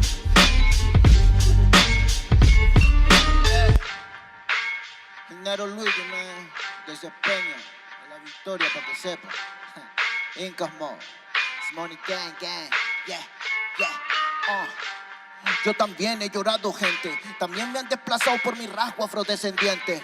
Sí, un perro no habla pero siente. Cuento historias callejeras pa' barrios de delincuentes. Y soy un perro que te ladra, que te muerde y que te huele, nene. Soy más que Lele, ustedes para mí son pelele. Con mi jauría todo el día en busca de los cheles. Tengo un perro en fiscalía que nos mueve los papeles y otro en la comisaría para evitar el susto. Muchas veces me han llevado por solo como luzco. Perdón, madre mía, si yo le causé un disgusto, pero en esta vía yo crecí rodeado de perros chuscos. Yo sé que me quieren ganar, yo sé que me quieren tumbar y no pasará porque soy de verdad. Está súper rafina la Dodo Style, metido en latina aprendiendo Kizai. Yo tengo el style, no mido la raza del perro, yo mido por la lealtad y yo soy leal. La calle te enseña lo que no te enseña la universidad. Saliste ese peña aquí con una seña, te tiran para atrás. La calle limeña aquí nadie la tenía, ya nada es igual. Tiene que respetar, tiene que respetar. La calle te enseña lo que no te enseña la universidad. Saliste ese peña aquí con una seña, te tiran para atrás. La calle limeña aquí nada le doy, ya nada es igual. Tiene que respetar, si yo soy tu papá. It's Incas Mob, negro. It's Incas Mob, nigga. Nero Luigi, man. Incas Mob, It's money gang, gang, gang, Hey, yo. Yango en la maldita casa. Me llaman pa' que les dé al menos una vez al mes. Se metieron al lago y olvidaron que era el mes. For everybody bless. La fama es una puta, me está llamando a las 3. Dile que llame después de las 16 y 25. Volví de la infancia de Abraham Lincoln. Con fuerza ya inco, luchando para salir del rincón. Letra callejera en CD brinco. Under del under. Puede que tu viejo te lo mande. Sale de vez en cuando como el cóndor por los Andes. Mi cuerpo no es de madera como Dandy. Antes que me branden, yo seré el ola que los expande. Aunque esto me pique en la madera, no sirven ni para romper el ticket de un evento afuera. Loco por la carrera, desafían la gravedad. Yo espero tras la barrera y llego con la novedad. Niña, tú solo espera que ya encontré la manera. He visto bastante por querer lograrlo saltando escalones dentro de la escalera. La vida me puso al depósito, yo soy de púlpito pa' que el mundo conociéramos. De esta parte mejor interprete que de esta cordillera. Sin luz afuera, que el espectáculo es dentro. La calle es mi templo, tiembla el pavimento. Cuando yo me concentro, mis disparos son temas. La calle un poema se siente desde cuando entro. Y a toditos estos drogaditos que creen que rapean, los regreso al centro de mi balcón. Yo he visto el clon de clon en la misma gestión, pero a la malla no llega el balón. Y para esta pantalla no existe patrón. Yo llamo, esa es la cuestión. Y doy fe por cada renglón. Consciente de la operación del final de Mbappé con la edad de bufón. De Yango en la maldita casa. Plaza de Rey y papá. El Nero Luigi, Black Mental. Hip hop peruano. Rasgo en la maldita base. Yao.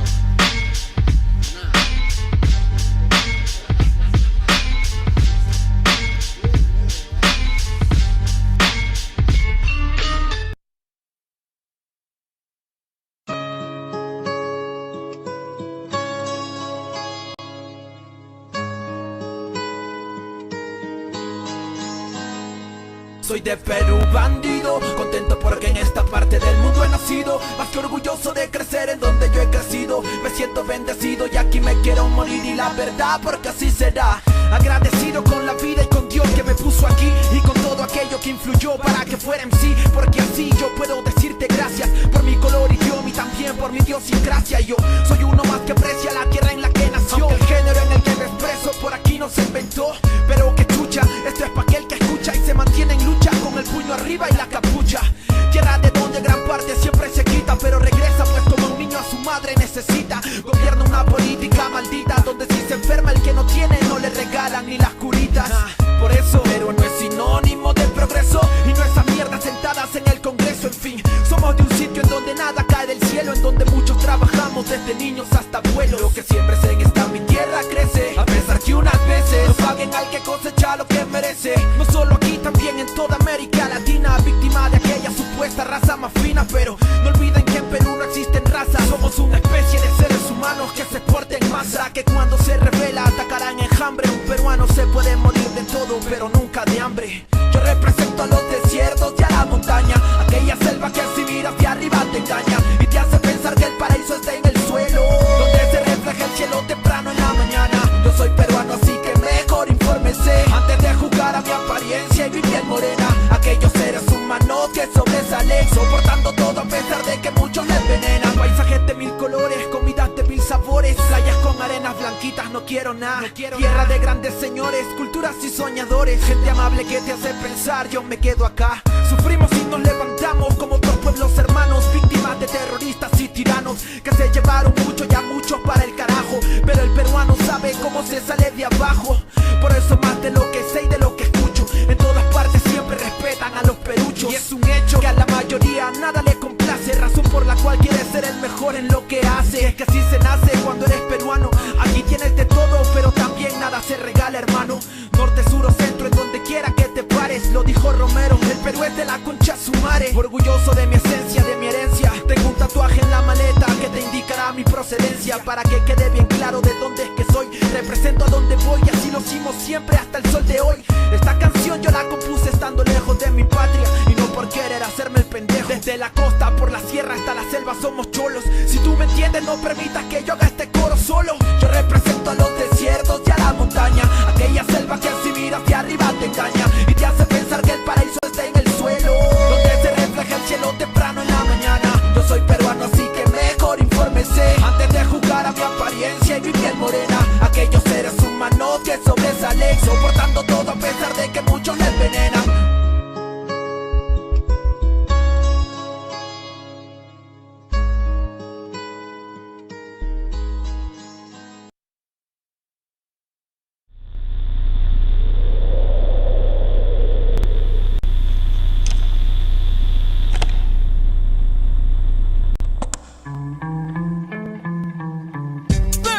Con la fe, ajá, yeah. La promoción lunática, na na na na na na, ey, ey.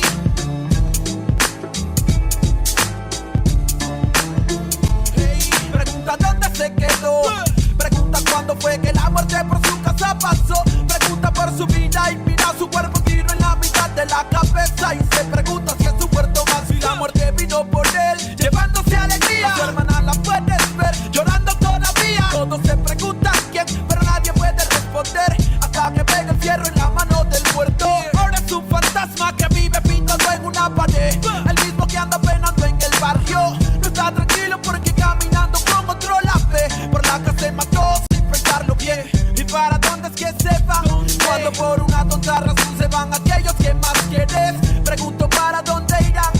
Es uno menos en el barrio y uno más para el recuerdo. De pocos a pocos mi gente se desvanece, pero casi siempre son los que no lo merecen. La muerte de un inocente lo sabe la gente, pero nadie dice que él se lo llevó.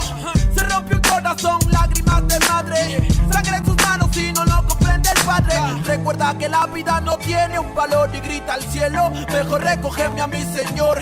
Pase lo que pase hoy, siempre con la mente en tu recuerdo, en mi corazón te llevaré. Para donde quiera que yo voy, pienso diferente, es que el amor ahora está presente. Pase lo que pase hoy, siempre con la mente en tu recuerdo, en mi corazón te llevaré. Para donde quiera que yo voy, pienso diferente, es que el amor ahora está presente. Dime dónde están los que desaparecieron, los que no volvieron, los que de uniforme se vistieron. ¿Dónde están los que ya no están del soldado Juan, que una bala traspasó su cuerpo con el ruido de una? Son historias como mi prima Gloria, que su cuerpo no aparece pero queda su memoria. Niña de 5 años que su aliento ya es agónico, encuentra el cuerpo pero envuelto está en periódicos. La vida es una tumba que la suerte te depara, la muerte está en la mano de aquel hombre que dispara.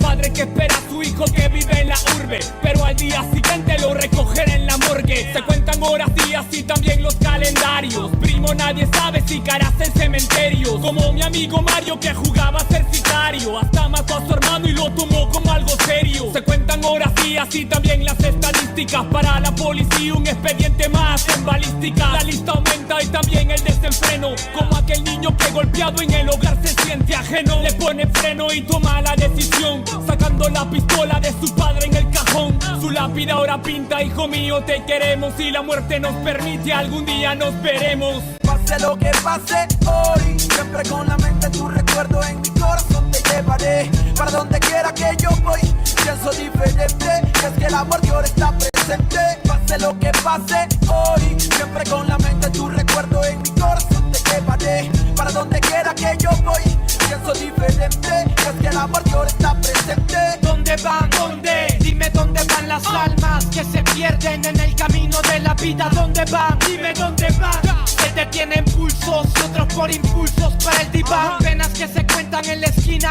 Cuidado con la neblina que la muerte se avecina por la acera. Joven estudiante muere en una balacera. Otro lío de pandillas que en el diario aparecerá. La vida se desaparece como el humo de un cigarro. Loco disparando desde un carro. Otra vida que se pierde bajo el cielo gris. No se puede ser feliz cuando gente muere en un desliz. Como Marco que soñaba con ser narco, viajar en barco y olvidarse de las penas en su cuarto. Pero cada vez que parcha ya se siente harto y su corazón marchito marcha para el infarto. Almas en oferta como Berta, se acuesta en una cama pero en otra se despierta. Son 14 años y ya perdió la niñez. Se desaparece un viernes y no regresa en 2 o 3. Coleccionando amores, sin importancia a los rumores. Malos menores, sin temores y sin valores. Deambulando en cada sitio, con el futuro a convertirse en un graffiti. Pase lo que pase hoy, siempre con la mente tu recuerdo en mi corazón te llevaré. Para donde quiera que yo voy, pienso diferente, es que el amor Dios está presente. Pase lo que pase hoy, siempre con la mente tu recuerdo en mi corazón te llevaré. Para donde quiera que yo voy, pienso diferente, es que el amor Dios está presente.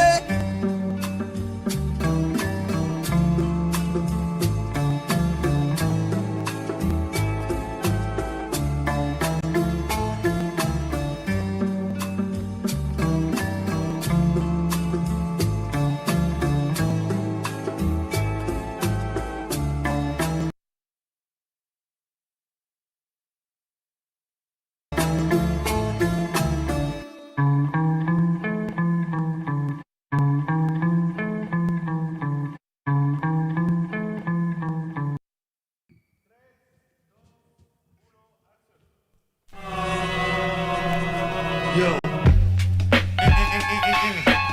comentando, ¿qué dicen? Sí, ¿qué cuentan?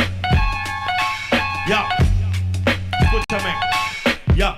Los medios cuentan que si hay libertad de prensa, la mordaza es cosa escasa y todos dicen lo que piensan. Y esa sutil es impresa y repetida diariamente, tiene contenta tu mente con yo soy combate y fiesta. Presta el control, Tarantino no es tan gore como los crímenes de amor que a toda hora se nos muestra. Pues tal vez la estrategia impuesta, pánico en el público y manejarás el cuesta pal. Político en vez de patrullas se vende camilla para un hospital, como si esa mierda de tombo no diera seguridad. No será casualidad que el otro dueño del canal sea el sogro sobrino pero bueno de un primo hermano pariente papá. Que se nota el que no es noticia, su codicia se evidencia. Propicia violencia y plástico, panémicas, belleza. Fútbol, patriotismo, falso, culo, vasos de cerveza. Pele cáncer pa' tu mesa y el domingo en misa pesa. Sobre su cabeza pesa el atraso mental del pueblo. Oposición vendió trasero, dictador, grupo Romero. Pero se confundieron acá, la palabra es cruda. Autoeducación en camino se afloja la lucha a través de cultura. Es como genera de uno, tal vez otro loco se suma. Ya saben, cortina de humo que explota la mina que mata la cuna. Primo, vengo que trate la friuna, no una pura canción que aventura. Así no censura, emite basura, no le conviene que sepa verdura. Hay extorsiones, violaciones, robo, llanto y más. Con tanto muerto el morbo están alimentando, pues no hay paz. Solo un odio contenido en milis para que vivan en la fantasía algún día cambiará. Hay extorsiones, robo, violaciones, llanto y más. Con tanto muerto el morbo están alimentando, pues no hay paz. Solo un odio contenido en milis para que vivan en la fantasía algún día cambiará. Sensacionalismo, amigo eterno de la prensa, el mismo que forjó al humano sumiso, callado y muestra. En el noticiero, en el artículo del diario, la vida de una bebé que poco invierte al vecindario. Sirven como fieles feligreses a oscuro intereses, mienten todo el día, crean solo estupideces. La historia afirma, indica que siempre negaron información alternativa que todo pueblo merece. A cada instante pareciera su labor asesinar una memoria colectiva que hace una nación, con una prensa cómplice que juega con humor, desconociendo ese dolor que nos dejó ese dictador. Cortina de humo es su mejor función, para apartarte de la fuente harán de todo, pues miró hoy como venderte el culo de Sharon Stone, cagándose en tu derecho a la objetiva información. narco, el almirante, el presidente, el congresista, algún ministro, algún negado, de seguro es el patrón de ese periódico morboso y amarillo que al leerlo 2 minutos te vuelve en un show. Los medios son culpables, responsables de toda propaganda basura que te ofrece la TV. Pues será mejor que se autoduque, pues my friend, porque el comercio de los medios te carcome hasta la 100. Hay violaciones, extorsiones, robo, llanto y más. Con tanto morbo, el morbo están alimentando. Ves, no hay paz, solo un odio contenido en bilis para que vivan en la pantalla si algún día cambiará. Hay extorsiones, violaciones, robo, llanto y más. Con tanto morbo, el morbo están alimentando. Ves, no hay paz, solo un odio contenido en bilis para que vivan en la pantalla si algún día cambiará. Que algún día cambiará. Que algún día cambiará. CPF. Se ve tan mal cuando miras a otro lado, los fantasmas del pasado no se detendrán hasta verte derrumbado. Peores lo hemos pasado. Andaba a golpes con la tristeza, me aportó riqueza, me otorgó sabiduría, pues se dibujaba en todas mis piezas. Yo con alegría le daba color después. La aguja sigue girando, tiempo parece se burlar de mí. Dijo que sanaría esperando, pero creo que la espina aún sigue ahí. Con los dedos lo voy palpando. Cierro los puños, escapa de aquí.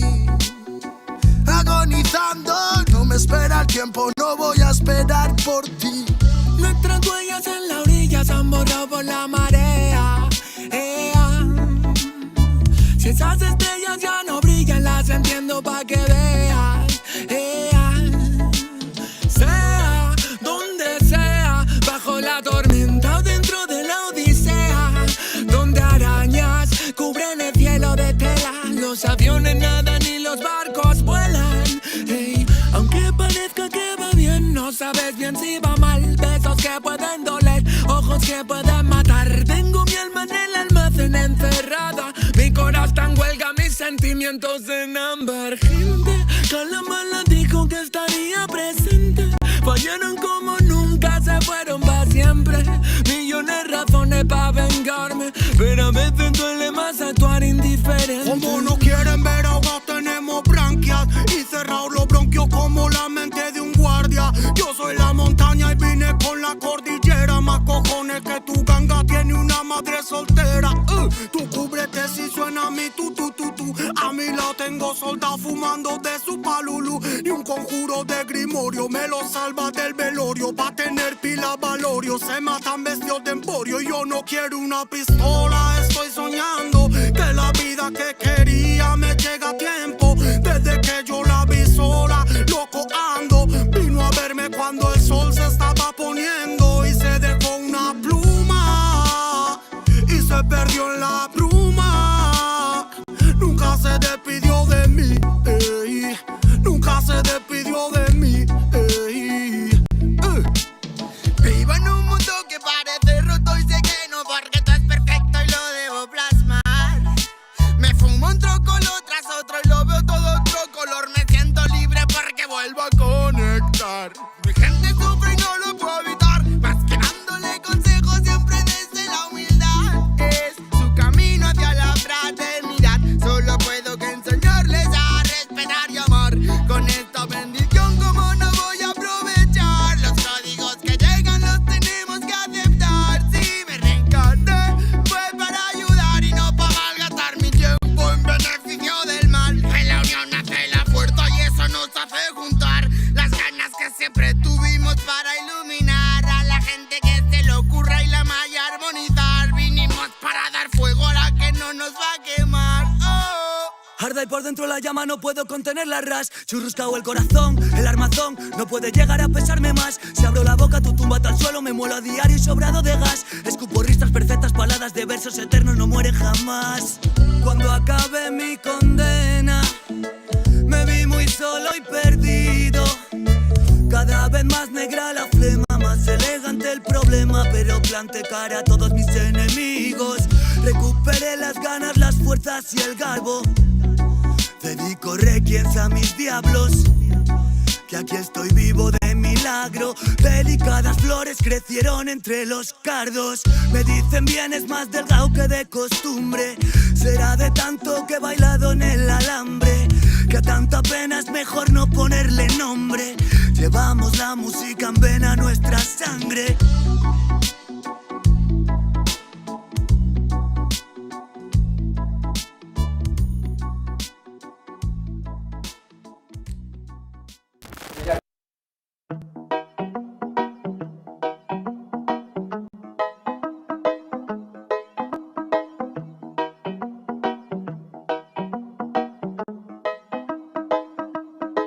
Quiero pensar, pero no puedo, no. El ruido en la ciudad está consumiendo, Quieren pensar, sin ni siquiera estar al mando. Tanta publicidad subliminal te está matando. Les cuesta decidir por sí mismos cuál es su mando. Publican sonrisas con el corazón llorando. Quieren brillar, pero sin tener que valerse de tener sus ideas propias. Los veo a todos igual, solo son la réplica de la imitación de una triste copia. Obedece, la vida es un suspiro y envejeces. Te dejas distraer por estupideces y pierdes el eje. Te duele por dentro, entonces te creces, pero aceptas mucho menos de lo que mereces. ¿Y quién te ha dicho a ti que no puedes pensar sobre lo que le di, sobre cómo actuar? Lucha por ser feliz sin a nadie dañar, y solo así podrás brillar. ¿Y quién te ha dicho a ti que no puedes pensar sobre lo que le di, sobre cómo actuar? Lucha por ser feliz sin a nadie dañar, y solo así podrás brillar. Conserva tu juicio y tu intuición, más activos que el que lucha por lo suyo y no se rinde. Yo ya sé bien cuál es mi misión, y es contarte que el mal por su propio pie pronto se extingue. No caigas bajo su control, pues por la televisión es normal que mal lo pinten. Tú mantente firme en conexión con la fuente de creación, vivirás siempre de fin de. Dios abre los ojos, dime lo que ves. A tus propios hijos matándose por billetes. Niños por cada 2 por 3. Pa' unos es bendición, con otros por su causa pequen. Y yo que intento ser un ser crístico, voy bendiciendo hasta los diablos. Piensan que es cierto el mensaje típico. Dicen que invento lo del engaño, y mientras lucho contra mis errores, demonios escucho, me ofrecen soluciones. Pero sé que hay un ángel que quiere que mejore. Me dice haz un trabajo interno antes de que lo ignores, antes que otra vez llores y se llenen los mares de pena y de dolores, ya que en mi mente no caben. La paz no va en un sobre, somos algo importante. Nunca te revelaste y por eso no lo sabes. ¿Y quién te ha dicho a ti que no puedes pensar sobre lo que le di, sobre cómo actuar? Lucha por ser feliz sin a nadie dañar, y solo así podrás brillar. ¿Y quién te ha dicho a ti que no puedes pensar sobre lo que le di, sobre cómo actuar? Lucha por ser feliz sin a nadie dañar, y solo así podrás brillar. Me desperté tan cansado, me sentía mal herido de todo lo que he pasado. No me quita lo aprendido, por dentro me he perdonado, pero casi no me olvido. Me desperté tan cansado, me sentía mal herido de todo lo que he pasado. No me quita lo aprendido, por dentro me he perdonado, pero casi no me olvido, no. Todos repiten lo que dice el referente. Discursos vacíos lejos de ser coherentes. De lo que no sabes será mejor que no inventes. Que investigues y no te dejes lavar la mente. ¿Y quién te ha dicho a ti que no puedes pensar sobre lo que le di, sobre cómo actuar? Lucha por ser feliz sin a nadie dañar y solo así podrás brillar. ¿Y quién te ha dicho a ti que no puedes pensar sobre lo que decir, sobre cómo actuar? Lucha por ser feliz sin a nadie dañar y solo así podrás brillar. Quiero pensar, pero no puedo, no. El ruido en la ciudad está consumiendo.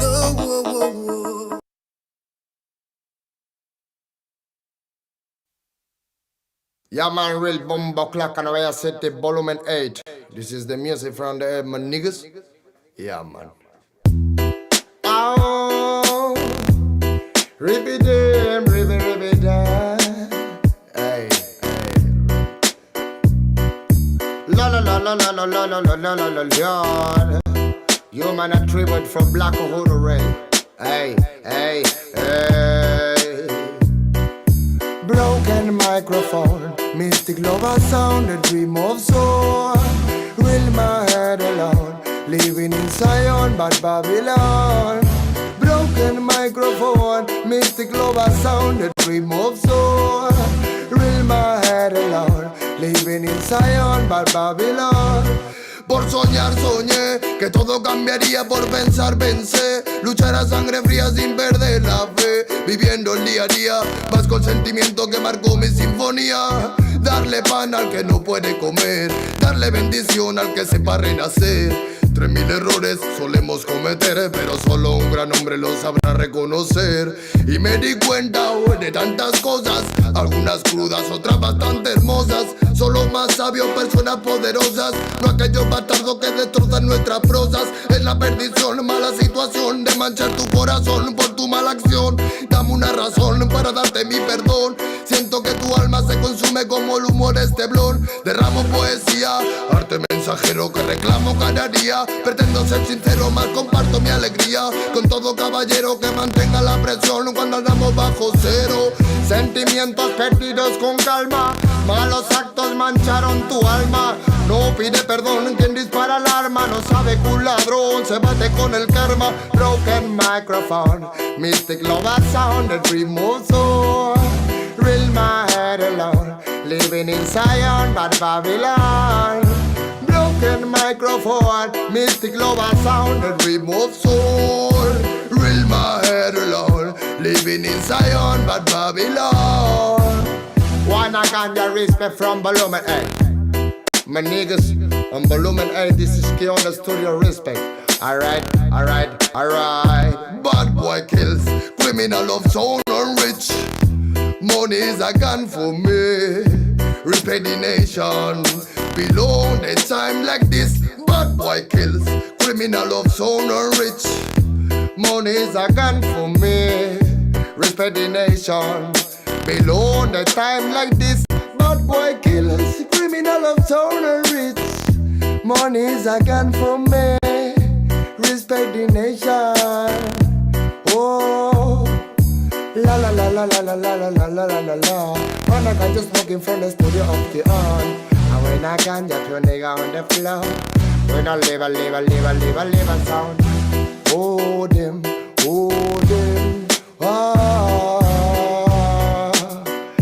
Bye rhythm, bye sound in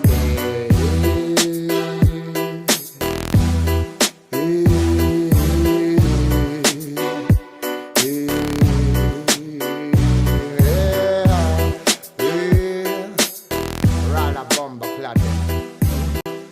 La.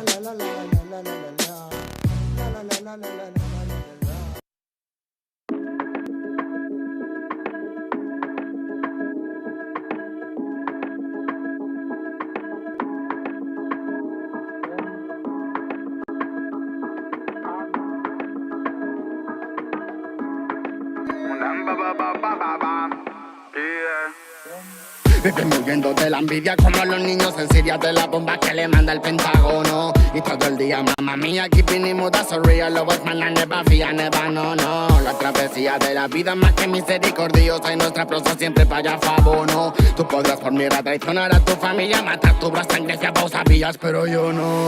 Familia, es el que está a la mínimo.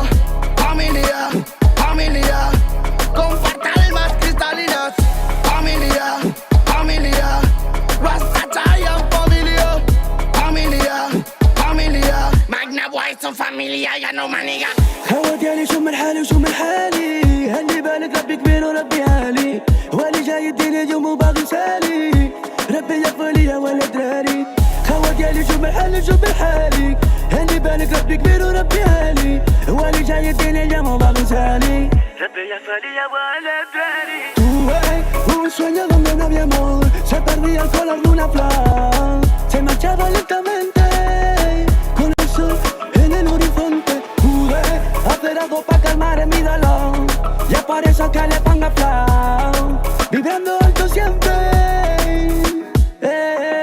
Burruco bimba, y es que todo por la familia. Burruco bimba, y es por eso vengo a bendecir. Burruco bimba, y es que todo por la familia. Burruco bimba, y es por eso vengo a bendecir. Familia, es el que está a la mínimo. Familia, comparte almas cristalinas. Familia, Rasta Giant familia, Magna Boy son familia, ya no maniga. Magna super escalón, subiendo a nota escalón. Metallic in the salon, esquivo like sin estalón. Esos pitch van del palo, pero bitch no rascan balón. Aunque me enrollo nada cáñamo, nunca me paro. Aunque van tras de mí, no se pueden medir. Buscan el elixir, está metalizado. Y es que yo soy así, no van a descubrir sexy flow y skill con este descaro. Si familia necesita de ti, fíjalo. Burruco connection Antarctic Field, dígalo. A mí nadie quería de Paris, día yo. Los magnetes han llegado, están aquí, píalo.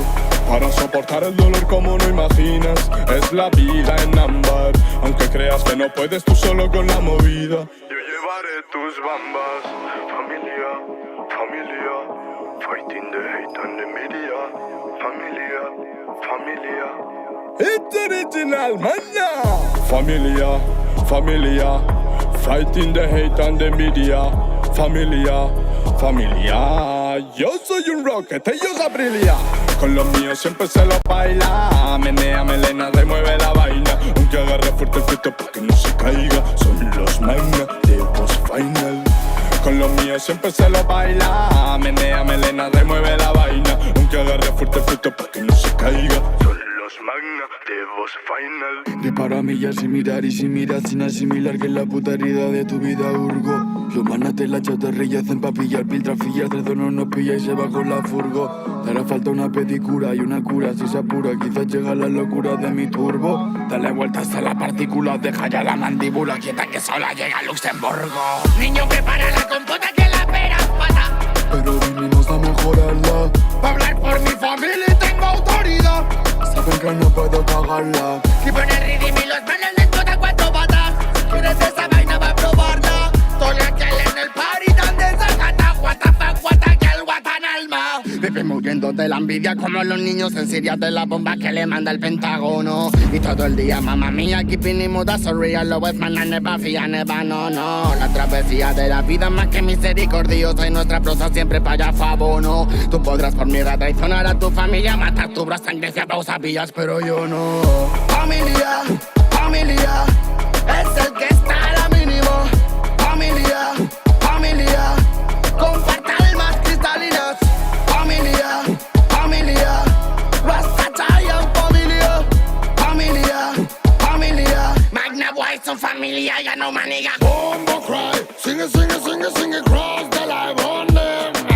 Warrior, vengo con los míos, Magna get to life, fire them. Bombo cry, sing it, cross the line on them. Warrior, vengo con los manas y saqué to life, fire them. I could stop, shut up on the microphone ballad, and the smoke the marijuana, psycho Buddha bombo clap, and bang in the street, fire burn if you know it. Rastaman and the Illuminati play the kill. Stop, shut up on the microphone ballad, and the smoke the marijuana, psycho Buddha bombo clap, bang in the street, fire burn if you know it. Key Cray is a king, Magna sting. Nobody, no kill them. In a creepy style. Chale, no fire them. It's a Rasta ganja. Nobody, no kill them. It's a crispy style. Tally, no fire cream. It's a Rasta ganja. Familia, Rasta chai is familia. Key Cray is familia. Pure nego is familia. Familia, Zico, Key Magneto, familia. Familia, familia, esa fiesta a la mínima. Familia, familia, con pestañas cristalinas. Familia, familia, Rasta y Zion, familia. Familia, familia, Magna Boy que te ablasta, manego.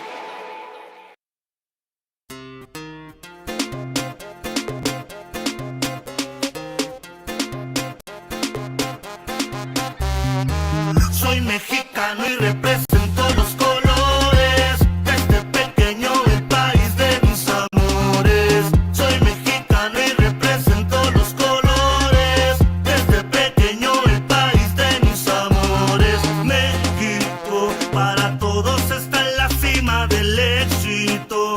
Del éxito. Soy mexicano. Soy mexicano. Soy mexicano. Soy mexicano, soy mexicano, soy mexicano. Ya, México lindo y querido, mi lugar donde he nacido. Le agradezco mucho a Dios que mexicano me ha elegido. Aquí la tierra del corrido, del hombre aguerrido, de mi gente chambeadora que jamás se me ha rendido. México es un país mucho bonito, pura comida buena, por eso estamos gorditos. Oh, sí, sí señor, venga a probar los tacos al pastor con un vaso de agua de melón o quizás de horchata, o si quiere también una coca de lata. Arriba México y su gente guapo, y más que nunca se busca nuestro nombre en el mapa.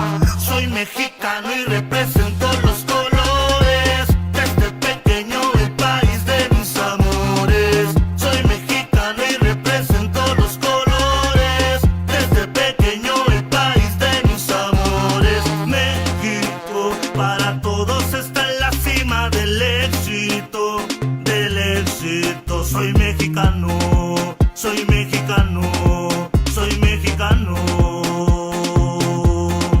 Soy mexicano, soy mexicano, soy mexicano.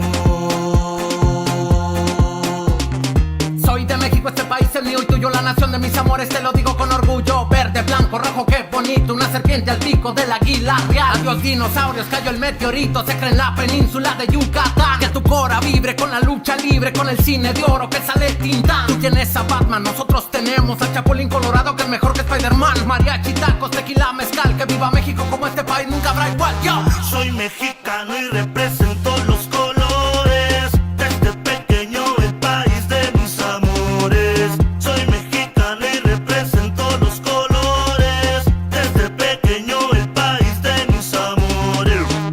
Es Alberto Saucedo con Jets y GH y el compa 100. México lindo y querido. México, México, México, México, México, México, México. Es hora de despertar al gigante dormido.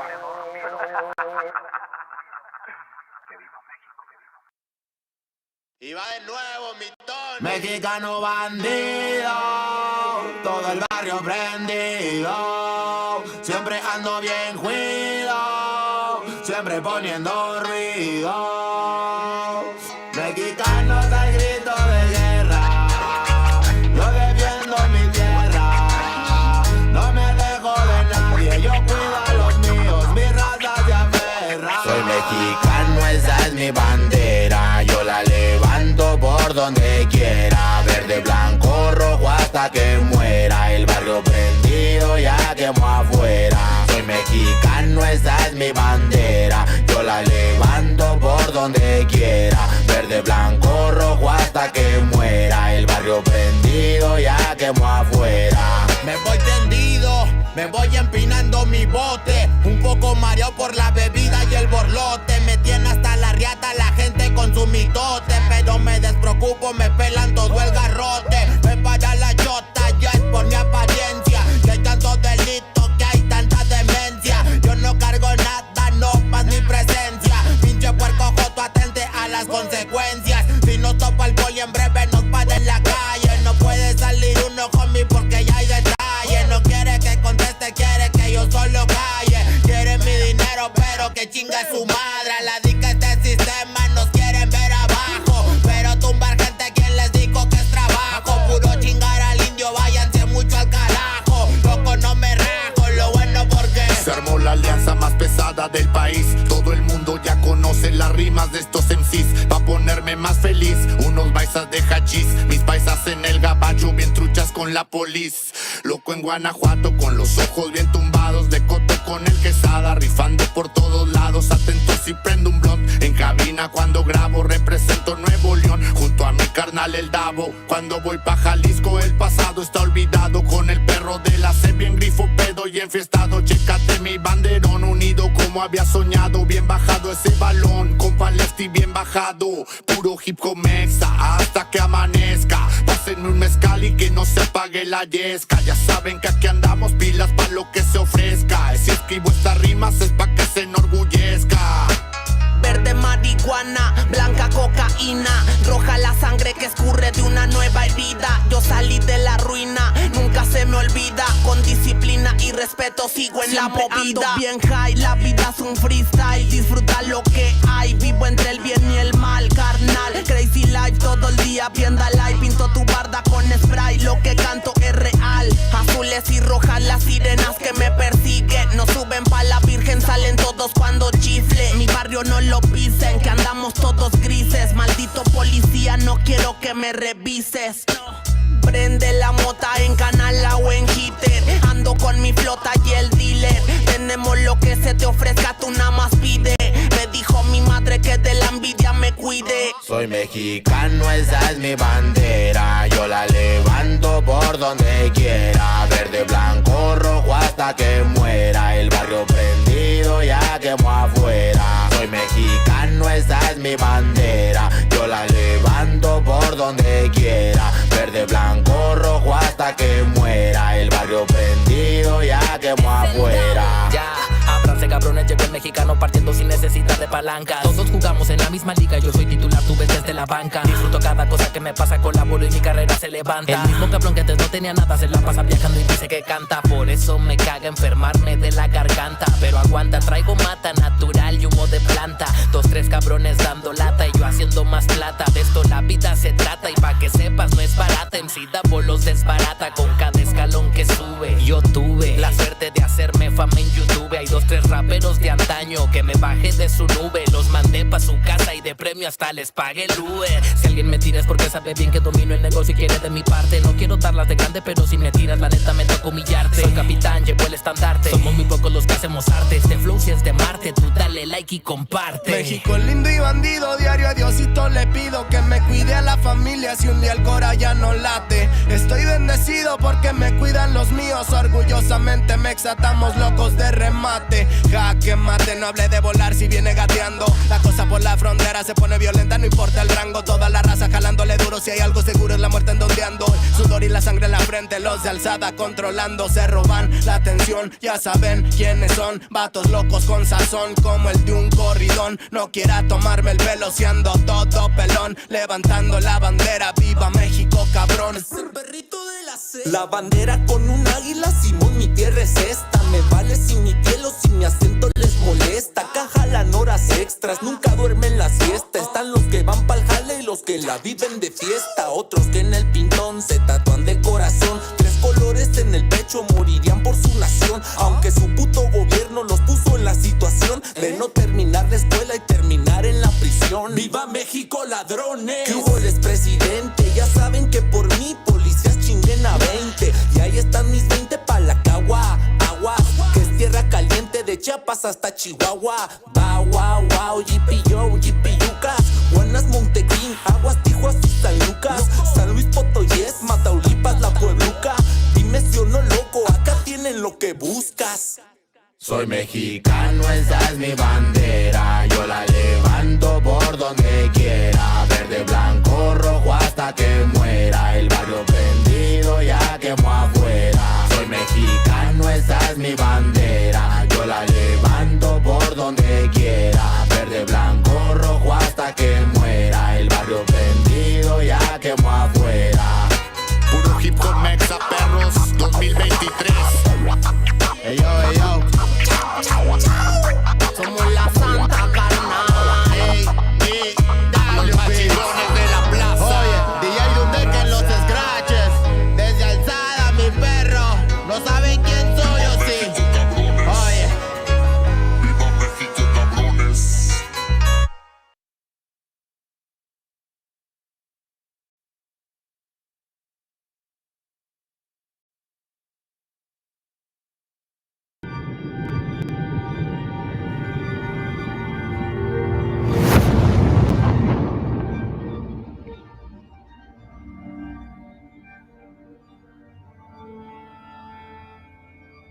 Ikal, hijo, abre los ojos.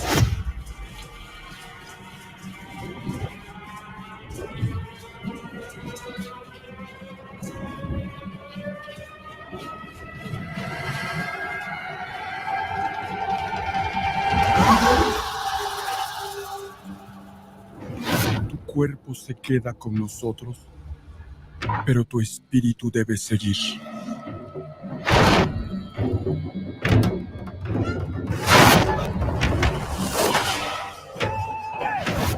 Busca la luz. Aléjate de las sombras. Deja que nuestro dolor sea tu fuerza. Desde aquí iluminamos tu camino.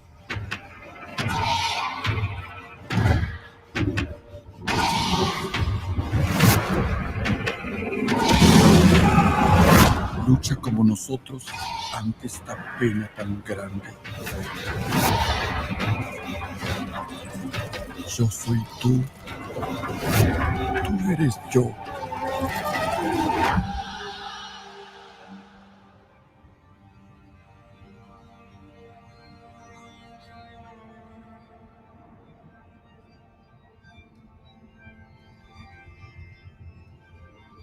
La muerte que hoy nos separa, mañana volverá a unirnos. Eres libre, hijo.